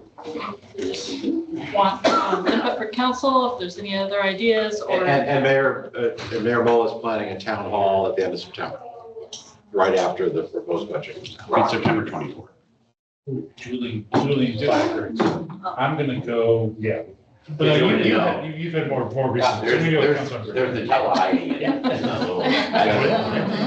This is as a new person, what's been done in the past? I don't know how to compare this of what's been the community engagement. Has there been different methods in the past? Oh, yes. I think there's been a variety.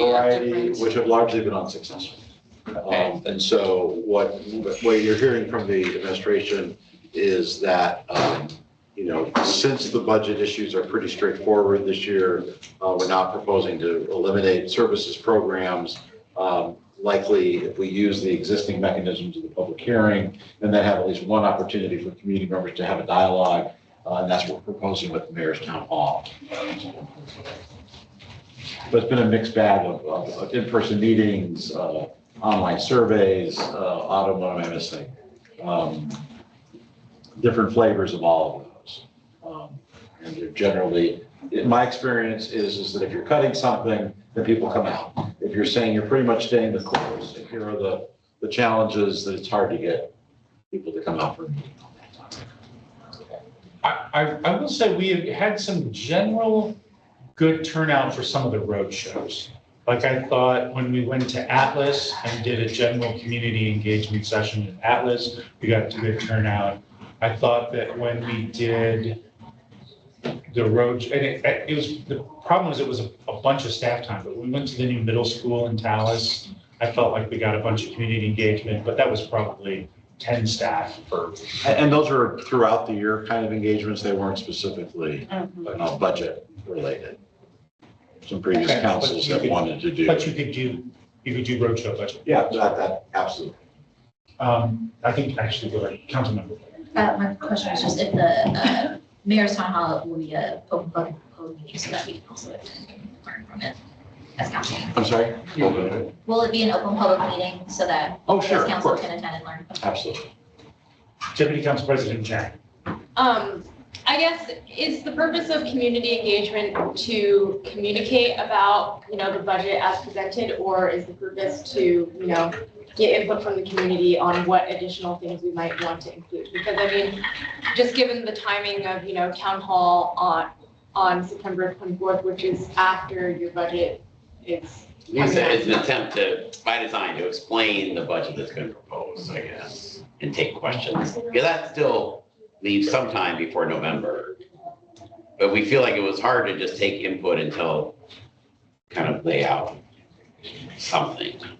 People to provide input on. And you've had 3 community meetings since the first of the year talking about city council priorities. So we're just about that little bit. And you've got a community survey coming up next year again. So that's kind of the thought behind the proposal. Other thoughts, comments? Councilmember Boyd. How do the boards and commissions weigh in on it, particularly through the equity board or any other touch points in the review board as well. Gail, do you want to speak to how the boards and commissions weigh in? Well, so boards and commissions, at least the way that it's worked in the past, is that their work is derived from the work plan that emerges after the budget. So it's not so much necessarily that they've been getting input up front in previous years, but instead of their work plans are developed from the guidance as they are advisory boards to the mayor. Thank you. You're not afraid to phone a friend. So I think, Council President, will stick with what's, oh, sorry. Deputy Council President Jack. Yeah, I mean, I do think it could be worth it to, at least have like, because I feel like with the boards and commissions, oftentimes in meetings, there will be just like informational updates. I do think it would be worth it for all of them to, get a deep dive on the budget, just for general civic understanding. In what way? I don't know, have someone from the administration give a presentation to the boards and commissions about what's in the budget and proposals and potentially how that impacts what their commissions can be working on. Each of them individually, or perhaps have them come to invite them to a joint event? I'm open to whatever you think is best. Councilmember Joe. To the mayor, I just make a suggestion that perhaps you're a fantastic communicator and you do videos very well, that you do a pre-video for the meeting to tell people what you're going to talk about and some of the main points that might be of concern or for discussion, so that people, say, well, I see the meetings there, I don't know what it's about, but here's Mark telling me, our mayor telling us what it's about. Here's some of the things I can think about in advance and come to the meeting. It's a 5-minute video you put together. I think that would help people focus a little bit more when they're at the meeting and decide in advance whether or not they want to go and the things that they want to talk about. So just a suggestion. I like to know. I'm going to tell my kids I found one person who does like my videos, because my kids not necessarily. Well, I think that's the feedback. Okay, thank you. Now we will go into the discussion on the special revenue funds, and we're going to start with the transportation budget district. And I think the mayor wanted to kick off that I'm just writing discussion. down the video. Okay, obviously there's a long list in the, TIP. So I think the goal here was saying, here's some of the slightly larger projects that we wouldn't be able to do without bonding the transportation benefit district tax. So to make sure Council President Martz doesn't run me off the road, we obviously started with finishing the trail connection in from, the South Lake Sammamish communities. This Newport is going to be on the council agenda for August 3rd.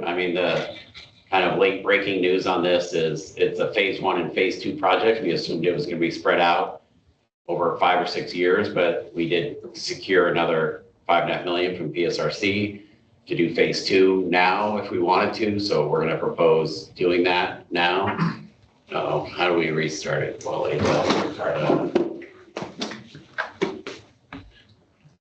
and so, sorry to Councilmember Walsh in advance, it would be helpful if I had numbers next to those, but let's assume ballpark that the trail in from, the community south of Lake Sammamish there is roughly a $17 million project, right?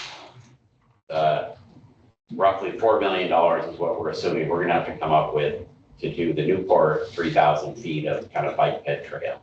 So the first 21 million is in the bike ped space. The Front Street and Dogwood intersection, which would be a light there so people don't have to get out of their car and hit the button to trigger it. And then the Front and Sunset left turn, those would add up cumulatively to roughly $5 million. So basically there's 21 million of bike ped on this, 5 million of what we would call more traditional congestion relief. And that's roughly what we have. Now we're going to try to get as many, grants as possible. I think right now for the trail on Newport, it's an $18 million project, and we think we're going to get 14 million in grants, and we got to find the other $4 million. Northwest Sammamish Road, we really haven't secured a lot of grants yet. So I think we're cautiously optimistic that we're gonna go down that path, and hopefully, if we do get more grants, we can add other things to this list. I mean, but the basic change here is the city at this point in time has not done we have not bonded the 0.1. I think you'll hear from our finance director, there's some anxiety because the 0.1 right now, the way the law works is you get it for 10 years, then it has to be reauthorized, councilmanically reauthorized, but it does have to be reauthorized after 10 years. And so my sense from my conversations with the folks at AWC is that maybe there's appetite to extend the reauthorization to a 20-year window. So it could be a longer reauthorization, but I think the reality is that we would be bonding something, assuming a future council is going to be willing to reauthorize the 0.1. Because I think we're 3 or 4 years into the 0.1 right now. So. Well, once we spend it, they have to, somebody's got to pay for it. Yes, you're kind of forcing their hand a little to a future council in the sense like, you're going to have to make those bond interest payments regardless. If you reauthorize, you have a funding source to make the payments if you were to choose. I mean, I intend to still be here voting on these things. What's that? I intend to still be here Yes. voting on these things. But it's councilmatic reauthorization. So it's not, if you were to go higher than the 0.1, you would need voter reauthorization. We at this point have only taken the councilmatic option. And so it would be this Issaquah City Council, 6 or 7 years from now, we have to reauthorize this 0.1. But basically those are the projects. If we get more grant funding, which we're going to try to do, specifically on the first one, then hopefully we can add more projects to that list. But otherwise, you're in the much smaller project realm. So I will just, how do I say this and not break the happy sense that we have at this event this evening? Hundreds of people have told us that TR 28 is important. 0 people outside the administration have told us that TR 22 is important. The new program. Yeah. I mean. And I will, I think this is valid feedback. I think that phase 1, we've already started on. And so I think that. You and I have been talking about this Newport Way for 17 years. This is different. This is not Maple. Well, This is different Newport Way. This is, you're on SR 900 and you're going towards Anthology. This is the bike head on Newport, SR 900 to Anthology. The one we've already done one round of. This is not Maple to Sunset. Okay. That's but it's still a valid question. And basically the fact that we got $11 million of PSRC grants is basically moving this project forward that we might not have otherwise necessarily moved forward, but it scored really well in the grant funding process. And we have 2 different grants that are each 3 million each. We're giving ourselves a 50% probability. That's why we're saying 14 million of this is going to be grant funded. But like I said, the council still has to approve this at the August 3rd meeting because we have to change the design contract to do both phase 1 and phase 2 at the same time. Right now, the agenda bill you guys have already approved only does phase 1 design. So we would have to amend that previous agenda bill to add in doing phase 2 simultaneously, knowing though that we would have a bonding option to pay for our portion. Well, I was thinking of a different part. Yeah, that's different. Not on this list. That one really is dependent on, the bigger grants showing up. So that's the one we're applying for like $20 million capital. That's the one that you and I have had in front of us for some. That is factually correct, yeah. Councilmember Nick. I was weighing in solely to state that at least one person will say that TR 22 is important. That's me. And I'm very confident I can find many others as well. I think it's dangerous to just listen to make decisions based solely on what we have or haven't heard from public feedback on this, because my suspicion is most people don't even know that improvements on here are really feasible. However, anyone walking or biking or doing anything but driving on that road, including children crossing that road where one was killed not that long ago, would, I think, intuitively understand that safety improvements along that stretch of roadway are important, necessary, and a good use of public funds. So I strongly support including that, and thank the administration for keeping that on there. There you go. Thank you. Okay, next .1. Oh, this is the one. Yes. So we obviously heard, so before we go to the obviously there's going to be council discussion on the 40%. side of this. So before we go to that portion, I do want to discuss the capital side. Specifically, the upper two bullet points are kind of already in motion, right? Like, we bought the Opportunity Center, we signed a purchase sale agreement for $7.5 million with King County Housing Authority. I think signed it last month. Permit fees and plan review is basically acknowledging that when we waive the impact fees on the TOD project, someone still has to pay the $800,000. So that somebody is, in this case, this fund. I think the more interesting piece here is this idea of going forward, what's the plan? And I think the administration's proposal tonight is to basically be the first city in the region that kind of dedicates their capital budget dollars in this account towards permanent homeownership affordability, which can come in two ways. One is partnering with groups like Leo to do, adults with disabilities, because if you fund them once, that unit is online basically indefinitely. The second is more like the Habitat for Humanity type projects where you're partnering with a nonprofit who builds homes that are then permanently affordable, meaning when the person who first buys it, resells it, it stays affordable. And we have, I think, we want to go to that slide really quick and then come back to operations. Yep. And so as it is right now, we're assuming roughly $1.5 million will accrue into this capital account every year. Arch, right now we don't pay for Arch, and I see Councilman Rohr. Do you want to ask a question or should I finish? Okay. Yeah. So Arch basically administers for us some of this kind of this grant process right now, but we still get to make final decision of what projects we choose to fund. And so we're not getting billed by them for being an administrator of this process. So we feel like it's still beneficial right now, at least, to continue to use Arch as kind of, they would put out, we build a request for proposal basically saying, we're interested in funding people who want to do this in Issaquah. They would then get all that feedback in and kind of navigate that process for us. I think the proposal, I would want guidance on from the council or, up or down, or I don't know how you guys want to do it, but in the short term, I think Leo, our local, is saying if we were to commit to next year, 2027, having an Arch round that was really targeted towards adults with disabilities, I think their plan would be to try to buy a home that currently exists in Issaquah, retrofit it with the money they have, which is a little over $1 million. So they feel like they can donate their own money in the retrofit, but they would basically use our housing dollars to basically acquire something, and they could get a unit up and running like in the next 12 to 18 months, I guess would be the hope.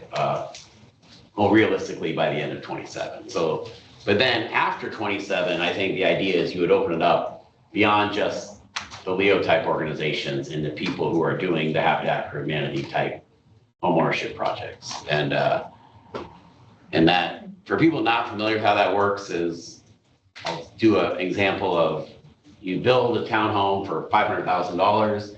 The person can only afford a $200,000 mortgage. They take out a $200,000 mortgage.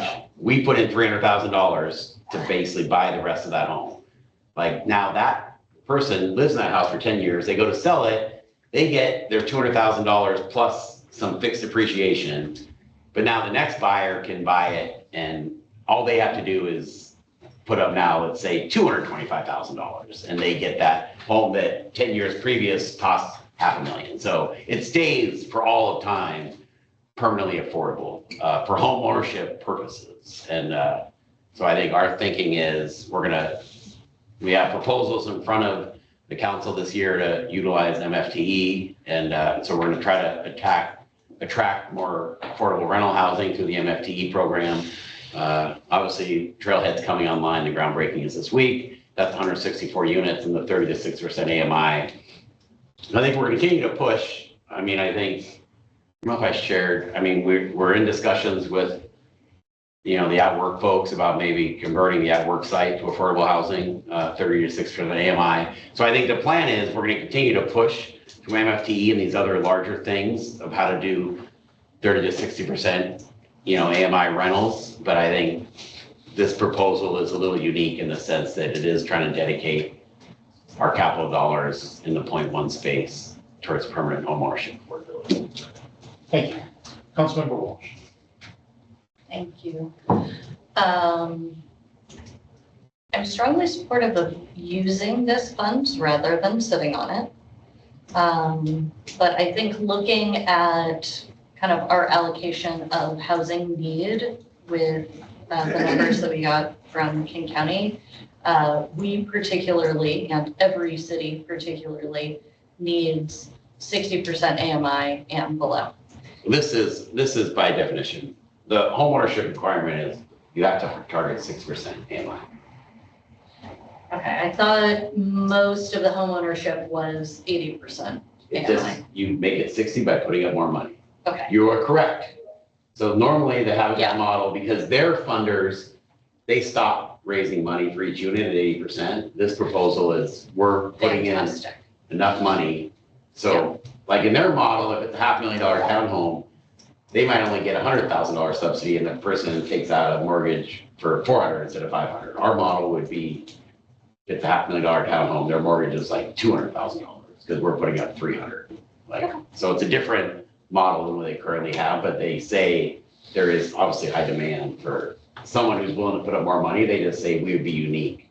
No other city is willing to put up that much money for their Yeah, projects. Right and so that would be the point I would get at is I want to make sure that we fund 60% or below AMI. Whether we do that in a way that is homeownership or rental, I don't know. I want to look at the numbers on what it would cost us per unit on those types of things and see if there are options for finding somebody who is a rental. So I'm not ready to commit to any of those particular areas other to say, I want to spend the money and I want to focus on 60% AMI and below. Thank you. Councilmember Dare. So some of the other questions, is there something being lost or changed by this proposal than what we are currently doing with the funds? Or are they just funds that are sitting there? Or is there something we're not going to be able to do that we've been doing by doing this proposal?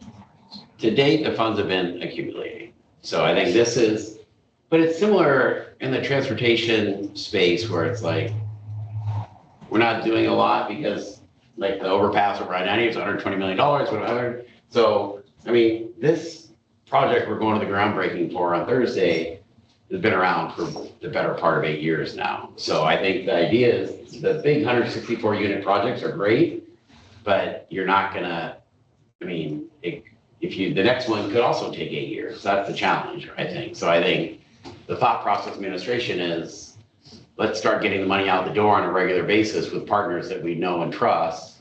Okay. We'll continue to push, I think Councilmember Walsh's point of getting people at rentals at 6% AMI. We just have other levers we can push that through. And MFTE gives us another lever that we can use in that space. We don't have any other lever in the affordable permanent homeownership affordability space. Councilmember Nichols. Thanks. I think this is a great idea. I really don't like seeing this money just sitting and not being used. And I think this will help us get some 60% and below housing that will also be at a scale and easily integrated in basically any neighborhood in Issaquah in a way that will get broad community support. So I think I 100% support it. I hope we also try to figure out how to get TOD 2.0 and put some effort into that, but that's as we know, perhaps a very long-term effort. So getting something built now, using that money is great. But I think the outwork people, I don't know. They say if we donate our 2.7 acres, they're promising us they'll come back with a proposal to do something in the 30 to 6% AMI space on the outwork side. So we'll see. Lots of good discussions on that front, but as far as this particular one goes, I think this is a good idea. Deputy Council President.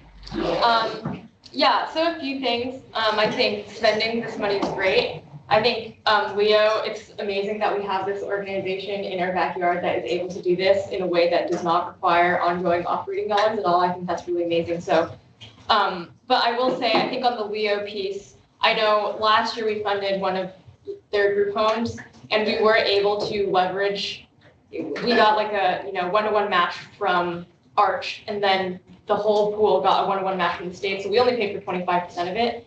So I think I would hope that we can also leverage those types of resources if we're gonna do anything with Leo in the future. Otherwise, we're spending like 4 times as much money as we need to be out of our city fund. And I think the same is true, you know, if we're going to do permanently affordable homeownership. I think we should try to leverage, you know, regional and state resources to the extent possible.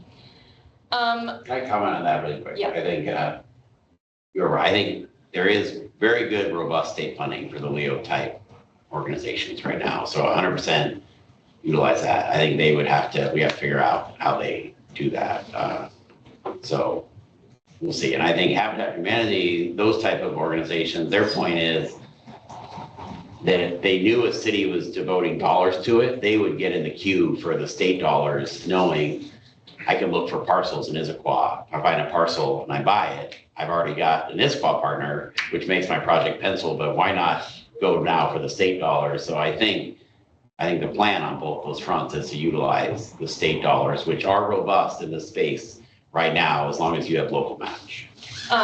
Great. And then one other concept that I've been kicking around is, so I know when we did the middle housing stuff, we did the state minimum, which was, you know, you could do 4 units with 1 affordable. If we could figure out, you know, by talking to some people that are building in Old Town, like, hey, how much would it cost for you to build a 4-plex with 1 affordable unit in Old Town, so that, you know, then it's like integrated in with the community? I think that would also be really great, and no one's doing that, even though all these cities have, you know, adopted this 4 with 1 affordable units. Like, how can we actually get that 1 affordable unit? And I think that would be a really great use of our city money, because then you're also unlocking private investment to get 3 market rate units.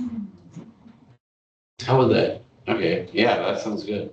We had a follow up. I'm trying to. So we basically pay for. Well, let's do. Yeah, I mean, so essentially, you know, someone could say, okay, I'm gonna, you know, build a 4-plex. The market rate ones are gonna sell for like $1 million each. The non-market one is gonna be, I don't know, $300,000. You don't have to subsidize the whole value of the difference, because they are getting value out of building 3 market rate units instead of 2. Yeah, so I think that's something where we should figure out, you know, what's the right amount to try to incentivize that. Councilmember Walsh. I just want to put a note out on the MFTE. I am skeptical that that is a good deal for the city. I'm also skeptical that it's enough of a discount to achieve 60% AMI. From what I've heard from developers, it's really capped out at about 80% AMI, and we're giving away a lot of funds there. So mark that one down as, I don't know whether we should really pursue that. Yeah. So folks know, 80% AMI right now, based on King County's numbers, it's a $2,400 one bedroom. 6% AMI is an $1,850 one bedroom. So 6% AMI at least gets you into something slightly better in our neighborhood. 80% AMI doesn't seem that much different than market rate right now. It's just the math. Those are the raw numbers right now. So I have a question. Whatever happened to spending money on like the Motel 6 type model? That's not 30 to 60, that's like 0 to 30, but like that was a successful experiment, wasn't it? But like we ran out of money on it? Well, the Motel 6 folks decided to get out of business. So that was the challenge. And so finding a parcel of existing building that lends itself to that kind of housing is just very difficult. And finding a provider, if you recall, we ended up hiring our own staff to work that out. But Motel 6 is no longer, and that's the reason that one way. Got it. So we don't see any other opportunities for similar 0 to 30? Not that we have found, you know, Jeff can perhaps speak more to it, but the staff over the last, 18 months, 24 months have looked diligently at other opportunities, and there just really haven't. Certainly not to the numbers we were looking at. Not to the Motel 6 numbers. We've explored some more scalable versions, looking at some of the houses we have. Finding a third-party partner remains a real challenge. So, yeah, we continue to explore options. Thank you. As you just said, we accepted ourselves. You know, I would love to see in the conversation some look at what, I think 30 to 60 is great. 60 is great, and I'm all for that, right? My thing was always, I just want to see a budget 99% and calling that successful, right? So I like 60, but I miss that we have something conservative 30. Deputy Council President. Oh, sorry, Councilmember Jeff. Thanks, Chris. The city of Everett just adjusted their MFTD program. It's going to be approved on Wednesday. You might check and see if any of the improvements that they did are something that we want to copy in the city. To Council Member Walsh's point, it hasn't worked anywhere either as a homeownership model or as a rental model. Everett's at least trying to do some changes that may make it more open for pickup by people along the way. So just it's on Wednesday's agenda. The housing that we're doing on this slide here. One of the things that sometimes trails these units, depending on what income level you're using, is there's an administrative cost to either monitor the affordability, or if it's 0 to 30, actually monitor the unit itself. So I don't know if that's been worked into your pro forma or whatever you want to call it for this, and just a word of caution there to kind of look out for. That might drain some of the money from that sales tax on an administrative kind of side of things that we might not be anticipating. And I think, depending on your partner in this space, is some of the partners like Habitat fundraises to do that administrative side. So that Habitat's deal with their partners, if you pay to subsidize the purchase, they will fundraise for what you just said. So you don't have to worry about monitoring like the permanent affordable, lien that's against it and all sorts of things. So I think, but you do need to find partners you trust. Habitat's not the only one, because there's more than Habitat in this space. Yeah, and I think with affordable models, in general, with what we call inclusionary zoning or mandatory housing affordability, Seattle has seen almost no affordable units being built. Most of the builders will go ahead and just pay an in lieu fee, and then go ahead and build the units at regular income prices. So the cities will get the in lieu fee, and then we got to figure out what to do with it, which is great, but the housing doesn't get built usually. So until that model changes or the economics change, I don't think we're going to see too many affordable units being built by private developers in general. Although I will say, in lieu from 17 years ago in Talis is helping pay for TOD. Yeah. It takes a while. We've been seeing that a long time. Yeah, absolutely. But it does come around. Okay, now Deputy Council President. Yeah, I wanted to build on your point on, the housing for folks at, 0 to 30% of income. I think that's also really important, especially when we're talking about, our homeless outreach team. I think right now, the resources that we can offer honestly are quite limited. We can't say like, hey, you can get housed here in Issaquah. A lot of times people don't want to, go somewhere else further afield. And so I think that is, a critical part of our overall human services strategy. I think from my perspective, the Motel 6, the cost seemed to be quite high. And it was also purely operating funds because we were paying for the rooms at Motel 6. So I think, one thing that's very in vogue these days is the tiny home villages. And so, and obviously, you have to pay for staff to operate it, whether it be city staff or some other organization that has staff. But presumably as a city, you could hire a staff person that had experience working for one of these nonprofit organizations. So I do think that's something that we should consider. But I think overall, I think there's general agreement, like, we should do stuff with this money. And I think there's kind of like what are the different things that we should do? I think we should have a wide range and spectrum of things that we do, and not just, it's like, we shouldn't just save up our money for 10 years for TOD 2.0. I think there's a lot of different types of housing needs in the community, and see, if we can try to do a bunch of different things across the business. Can we go back to the 40% for the operating now? And I don't know, Jeff, are you free to come up and kind of explain how the behavioral health team, or like? Sure. I heard that. All went there. Yeah, okay. Explain, Mayor, the Well, I think proposal. people I'm not are- sure why. I think people are trying to understand what the behavioral health team does and how it's funded currently, and I guess. Okay, so structurally, our human services division is 5 staff, right? We have we have a human services manager and a human services coordinator who really do a lot of, the coordinator does a lot of work administering grants and working with our regional partners, et cetera. That team, that human services team, that also includes our 3 behavioral health coordinators. A little bit of history, 25-26 budget. I think we all know how hard that was. We had a behavioral health supervisor position that was lost as part of that, those hard budget decisions. So in the 25-26 budget process, a portion, and forgive me, I don't know what that percentage is, but a pretty high portion of the behavioral health coordinator positions were decided to be funded through this, the operating portion of affordable housing sales tax. One of them? It was 1 FTE. Okay, 100%. thank you. 1 FTE at 100% so it's something we have done operationally in terms of having the behavioral health staff be supported through the sales tax. As was said before, and I'll reiterate, those are our boots on the ground, direct staff, making relationships with individuals, both in behavioral health crisis, but often unhoused as well.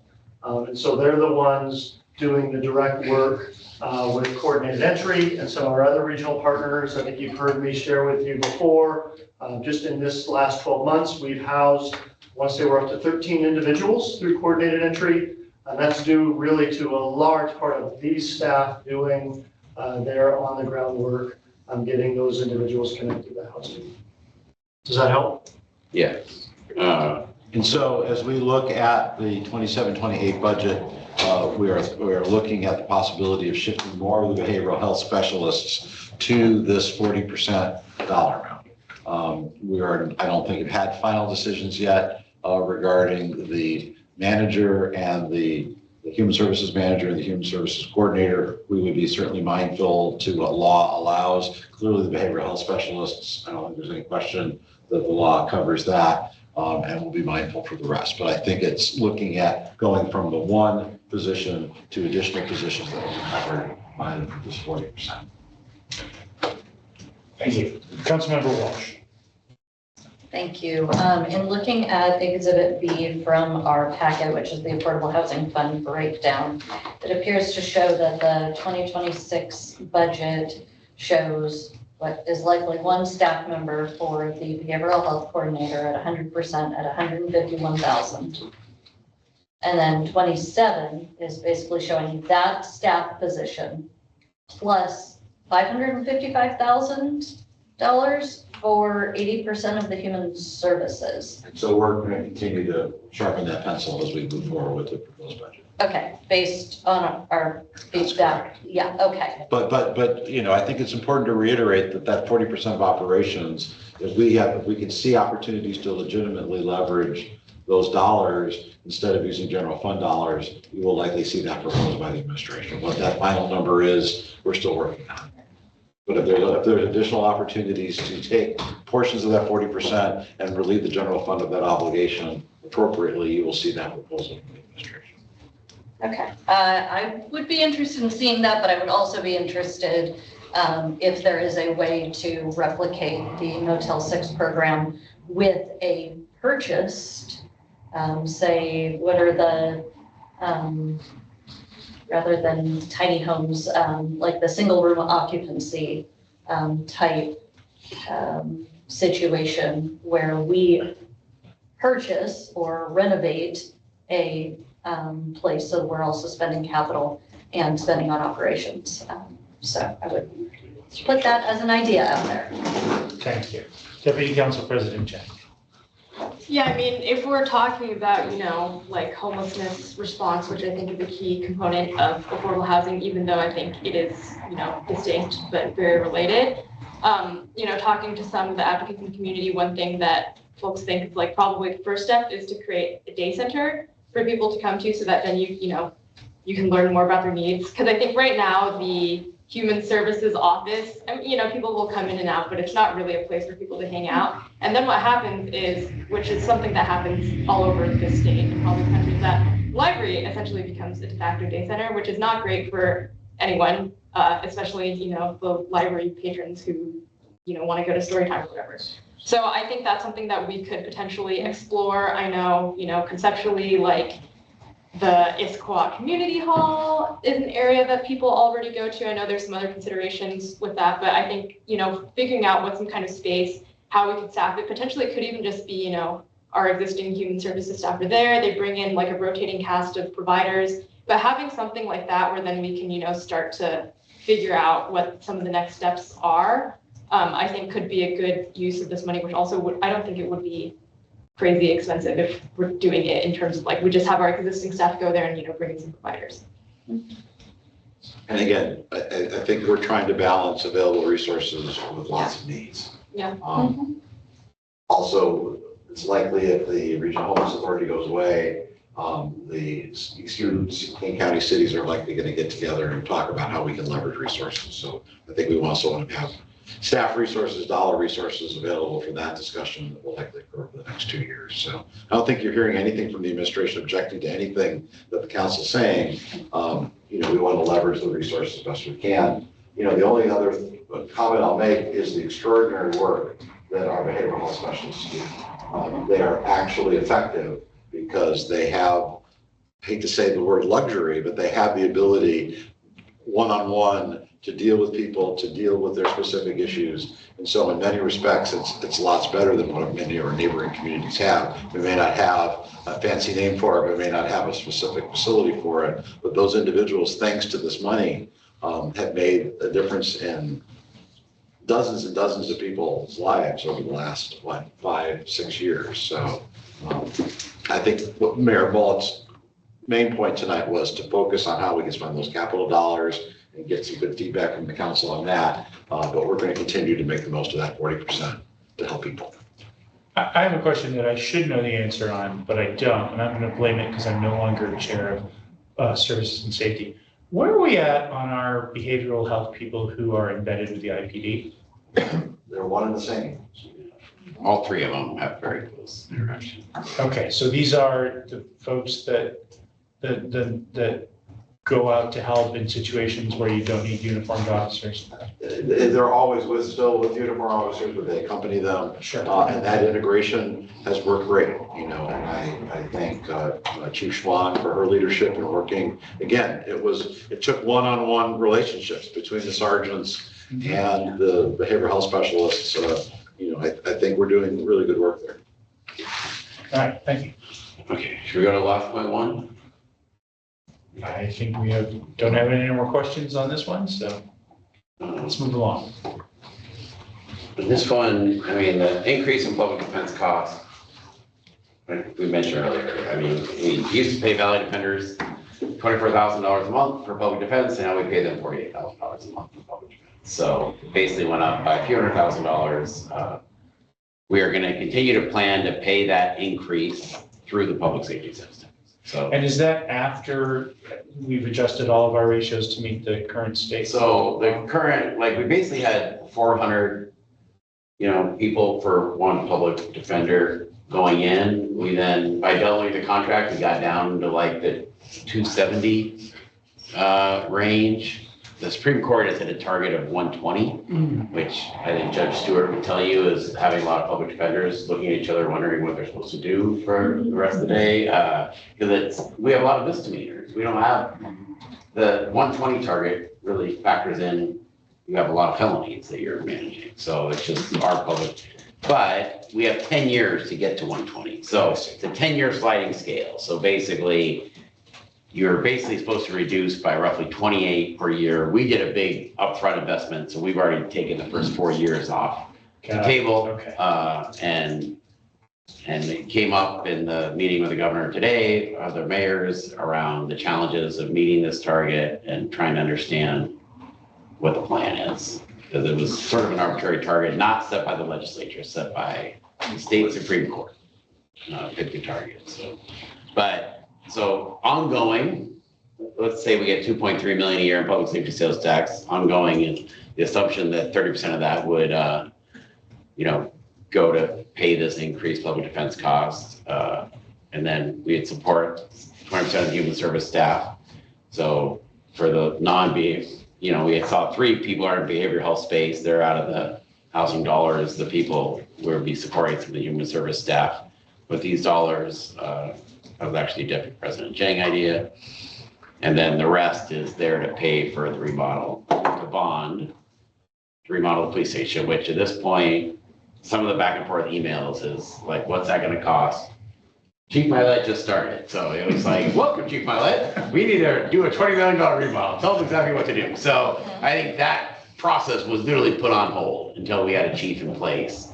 And so we have a lot of work to do with, I think DLR is the name of the company that's doing this sort of analysis of our building on the architectural side. So we are a ways away from them coming back with sort of scrub numbers of what this remodel will cost.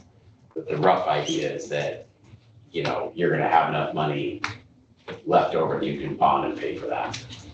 It does seem like there's quite a spread on what you could do for remodeling the facility, right? There are certain things, operational things that have to be done right away, right? And that are, I would categorize as vulnerabilities, right? There's other things that are nice to haves, right? Increasing the gym would be an example of a nice to have, right? Compared to things that are vulnerabilities. So I don't know how you do that, because it doesn't seem like, in this whole budget conversation, it seems like there's some range there, right? Like there's probably, if you said you have $8 million to address operational vulnerabilities, I have a pretty good idea of what the chief would want to do. But then if the full, the full bells and whistles are more, as you say, more like 20. Right? Autumn, do you want to speak a little to this? Because I think at this point, I think we're asking the architect to kind of design everything. We don't really have a phase implementation plan at this point. It's sort of like. So DLR Group was hired when we first worked with the task force around space planning, and they created 2 different options that ranged in cost from, I believe it was 20 million to 26 million. So there was a range. And now we need to actually go in and, like you said, really figure out how much of that is the operational side versus the nice to haves. A lot of what that building needs is more ensuring that it is resilient, the generator, seismic, those things out of quick. So there won't be a ton of wiggle room for a whole lot of nice to haves. A lot of this is going to be making sure that we have a resilient essential facility. Gotcha. Yeah. My gold standard is King County Sheriff's Office building, which is a fortress. But like the mayor said, we were waiting for Chief Milet to get here to really talk through some of those nice to have versus what's a requirement, I think in the future, for making sure that's a successful building. So we will work with DLR Group. I will be back to council first quarter of next year with a refined scope. The other complexity to all of this is that we also want to operate the PD in the building as we remodel it. So how that looks and what that cost will be also needs to be factored in. So is there a point where the administration comes to us and says, do you want the Chevy, do you want the Pontiac, do you want the Oldsmobile, do you want the Buick, or do you want the Cadillac? Yep. Yeah, but maybe only 2 options. But I just wanted to show off some old General Motors brands that no longer exist. But is there a point where, the administration says, do you want this or do you want this? Yes. Okay. So first quarter, you'll be your next update. Gotcha. And probably it's urgent that newer council members get a tour of the facility to understand the vulnerabilities and limitations. We have an offer out, I don't know what you call it, but for a hire, basically to take over kind of as a planner to start with the new city hall. Like this person would come on board, this is their background, this is their expertise. We think this person's gonna start mid-September. And so then we're kind of off in the running on the new city hall stuff. And with the goal of getting people in there in the first quarter of next year. And then that trickles, this current police city hall space has now been freed up. We're out of there. Because the facilities group really recognized improving the situation for the IPD was like the high priority. That's what's happening. But to improve that, we got to get everyone off second floor, which we think we're targeting early next year to have that process start. Councilmember Walsh. Thank you. I'm a little uncomfortable with the idea of kind of setting the budget based on what we're able to pay and then allowing the total amount that we could spend based on that. I know, like, if I was going to go and renovate a house, I would probably start with what do I need out of it? And then that would be limited down by the budget. And so I guess I feel a little bit uncomfortable with the idea of dedicating a certain dollar amount before we have the report out. And I know we can't do anything other than that because we have to adopt a 2-year budget and this is going to happen in the 2 years. But I guess I would just say the more that we can have the information or understand how we might use that money otherwise if we choose a smaller scope, because I would like more than 2 options. And I think the prior council had a little bit of skepticism about the idea of really needing the full-scale renovation and or at least I'd heard from some, whether or not the seismic was in our budget and something that we can do. So I guess I would just be a little bit cautious in this area, and I would love to know what else we could spend that money on. And then just throwing out an idea, Eastside Fire and Rescue, when they renovated one of their stations, they rented out an apartment that their EMS teams went out of. So I would be interested in ways, understanding what the cost is of keeping our staff in that building and thus making the renovation longer compared to moving everybody in order to do a quicker renovation. Thanks. Councilmember Jay. Just a quick comment. I want to compliment both council and administration for increasing public defense cost dollars that are there. We, having both served as a public defender in Colorado and a prosecutor here in the state of Washington, the public defenders are always the underdogs, but if you gave us more time to do our case research and talk to witnesses, it evened out the playing field such that the rights of the defendant that were, at jeopardy of losing their liberty were equalized a little bit. And also we're thinking long-term in the sense that when I was a public defender, there was no time for any of the superiors to take time to talk to me about how to do it right. You kind of had to figure it out on your own. But if you give time by lessening the caseload, the upper public defenders are able to train the next generation and deepen your bench. You're going to get better defense. You're going to get a deeper bench of people that can do this work. And Issaquah is going to benefit by having a deeper bench and more people that can be available as our caseloads potentially increase and as the public defenders become older and retire. The other ones will be around to take their place. So I think we're taking a long-term view on this as an investment, and I really want to compliment the administration for doing that and council for passing that. Year and a half ago. Thank you. Councilmember Nichols. Briefly on the debts renovating existing city hall for the A.TBD. I'm also a little uncomfortable with committing to this as part of our biennial budget when we don't know what we're going to be bonding for, essentially. Yeah. So I think it would be, and the other bit of that is I'm also just skeptical of the total cost at the moment, at least until I see something more. The dollars per square foot seems extremely high. I'm anxious to see details once those emerge. That said, as a part of the budgeting process, it could be useful to have, even if we don't know what the full plans will be, an option that includes a lower. I suspect you won't go higher, but if there's a reasonable possibility that one of the Cadillacs or Buicks or Saturns or whatever is presented to us. My parents had a Saturn. I forgot Saturn. So I'm happy to have added that to the discussion.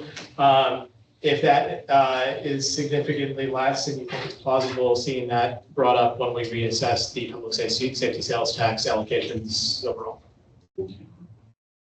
I know it is, just so people understand it, if if you had 1.5 million public safety sales tax going to debt service, you're borrowing roughly 20 to 21 million. If you had 1.9 million, you're borrowing roughly 26 million. So it's sort of, we've kind of factored in, but it is a little bit of a plug number.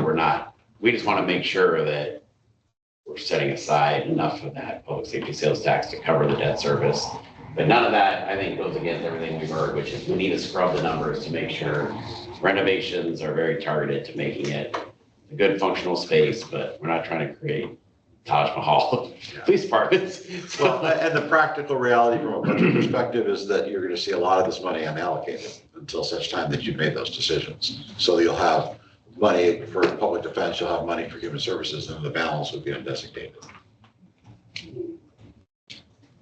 Deputy Council President Jen. Yeah, I just want to say, based on your earlier comment about having our behavioral health team ingrained with the IPD, I think it's great that we're recognizing that that's a crucial component of public safety and funding them as part of the public safety sales tax. I would like to see that number be higher, but I think, once we figure out what the actual cost of doing the renovation will be, I think we can revisit this discussion. And I do think it is prudent to, set aside this money, in the interest of fiscal sustainability. I don't think we want to set aside too little money and then have to go back, cut services to be able to fund this renovation. So I think I'm comfortable with where it is now, but, like everyone else, I would like to see what the final renovation actually looks like and make sure we're getting the best value on that. Hear that? Chief Miley, you can let everyone know tomorrow what this thing's gonna look like. You're on the desk in the morning. Okay, 8:20. Okay, ready to move on. The next couple slides, so we're done with the 0.01, but I did just briefly want to touch on the other two major special revenue funds, the mitigation fund, the REET fund. This is more just informational. What drives those is we adopt a CIP once every 2 years. That typically drives most of what's spent in the mitigation fund and the REET fund. So I just wanted to let council know kind of what is planned for 27-28 based on the CIPs. We call it the mitigation fund, but that does include traffic impact fees, park impact fees, but also other mitigation related. We just happen to call it mitigation.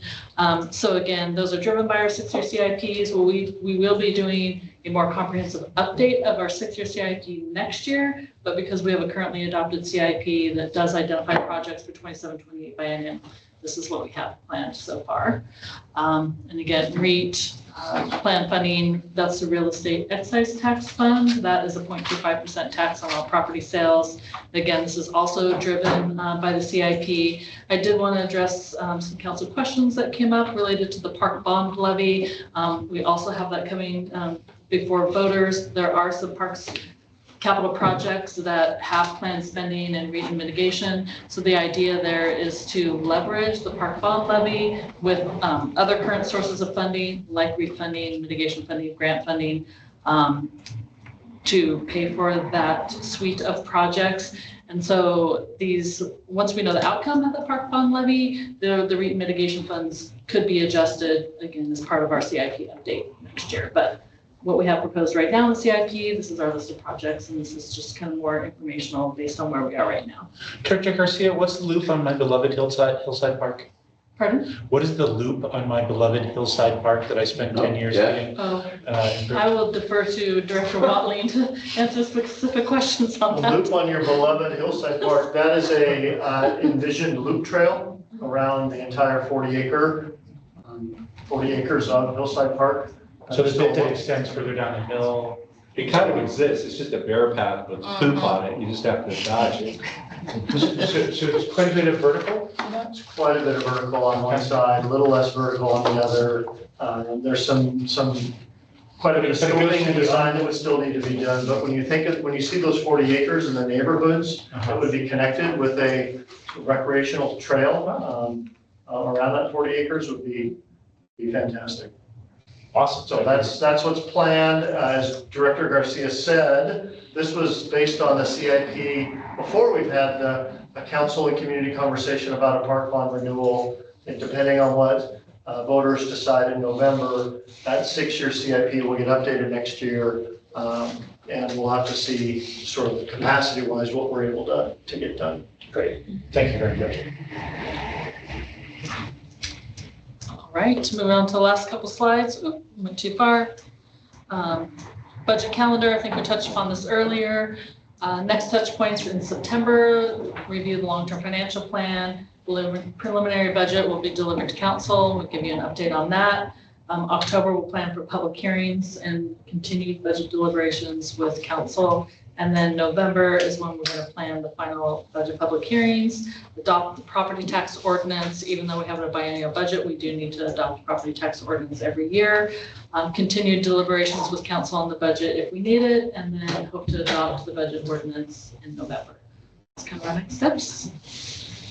And I think we've got our good direction. I don't know if we need any further input in terms of priorities or community engagement. I feel like we have our next steps. So that concludes our presentation. And before I go to Councilmember Boyd, I do want to offer an opportunity if anybody on council has, and we don't necessarily need like a big closing speech, but if anybody has thoughts on things that haven't been touched on yet this evening that we should touch on before we close, this would be a good time for it. Councilmember Boyd. For the outreach portion of this, is there any thought to, we're gonna have alfresco on front. Granted, not all the folks that are gonna be there are city residents, right? But is there some kind of way for us to get out the word or priorities using the foot traffic that's passing through Front Street for that? Or is it, that's too early because that's in August? But I'm not gonna be there August 8th. I'm gonna have a 2-hour, I don't know, chat with the mayor thing at Alfresco from 4 to 6 on the 8th. But I'm not going to the farmers market this Saturday from 9 to 12. So I'm just having things in general, I guess, where I'm trying to make myself available for the community to ask questions. You guys already did a farmers market one. But I think the answer is, I think we're open to we want the entire community to feel like they can ask as many questions they want, get as many answers, and be available. So, but in terms of beyond the town hall, which was specifically dedicated to the budget, a lot of those other interactions are just the ones that we were planning to do just in terms of general community outreach on all topics, not just budget. Thank you. Other questions? Anything people wanted to cover before we round things down this evening? Nope. All right. I want to thank staff for being here this evening. I want to thank the administration for putting together this early conversation to attempt to get to a smooth budget process at the end. It shows, Mayor, your experience with budgeting. But thank you so much to staff. The hour is late, and we pontificate for hours. I particularly want to thank Coleman Mayor Butler for being here. He's always a great presence at city events. So with that, I don't really have a lot that I want to summarize. I do appreciate everybody came in with very thoughtful. I like that people both supported what they came here with, but also supported others in issues that emerged. This bodes well for the continued budget process and our conversations with the mayor's office. And with that, I'll hand it over to you. No, I think we have the direction we needed from council, and so at this point, Chris and I are meeting with every department. We've already done community planning and development. I think part of this theme is, CPD is a poster child of this, right? If you were to look at the last 5 years, average revenue was 4.35 million. But it's been as low as 3, it's been as high as 5 or 6. It's just massive volatility. And so I think our plan as we come forward on September 22nd is to make sure that these revenue streams that are volatile, we're not, I think to the point we heard from Deputy President Jang, is not assuming this gives us the ability, since we had one good year, to hire 6 people to do X. It's I think we're gonna try to isolate those revenues as much as possible to give the council a clear idea. These are the revenue streams that we think are sustainable, and we can build a staff around that revenue stream. These other ones that are more one-time, we're gonna have to have discussions about how we wanna spend one-time money on one-time things, ongoing money on the staff and priorities that we have. And so I think coming back on the 22nd, not only will you have the conversation on the enterprise funds, which is its own separate animal, but I think kind of our attempt to try to isolate as we've done these meetings, and just so folks know, like CPD at this point, as of today, has $6 million revenue already in the door on a budget of $5 million. So it's got volatility when you have big projects like the new high school that I don't think we're having a new high school built in our town ever again. So we shouldn't assume that you're gonna get a high school, you know what I mean? So it's just, this is gonna be our focus between now and September 22nd. As we do the individual department meetings, we understand their budgets in more detail, is to make sure we come back to you guys with a breakout of what we think are sustainable revenues and what we think are probably one-time blips and plan accordingly. But we have the direction we need, so I appreciate everyone sharing their thoughts, and we're gonna end 8:30. We got adjournment. And I also want to thank Director Garcia for all the work that she's going to do in this whole process. A good start. Thank you. We are adjourned.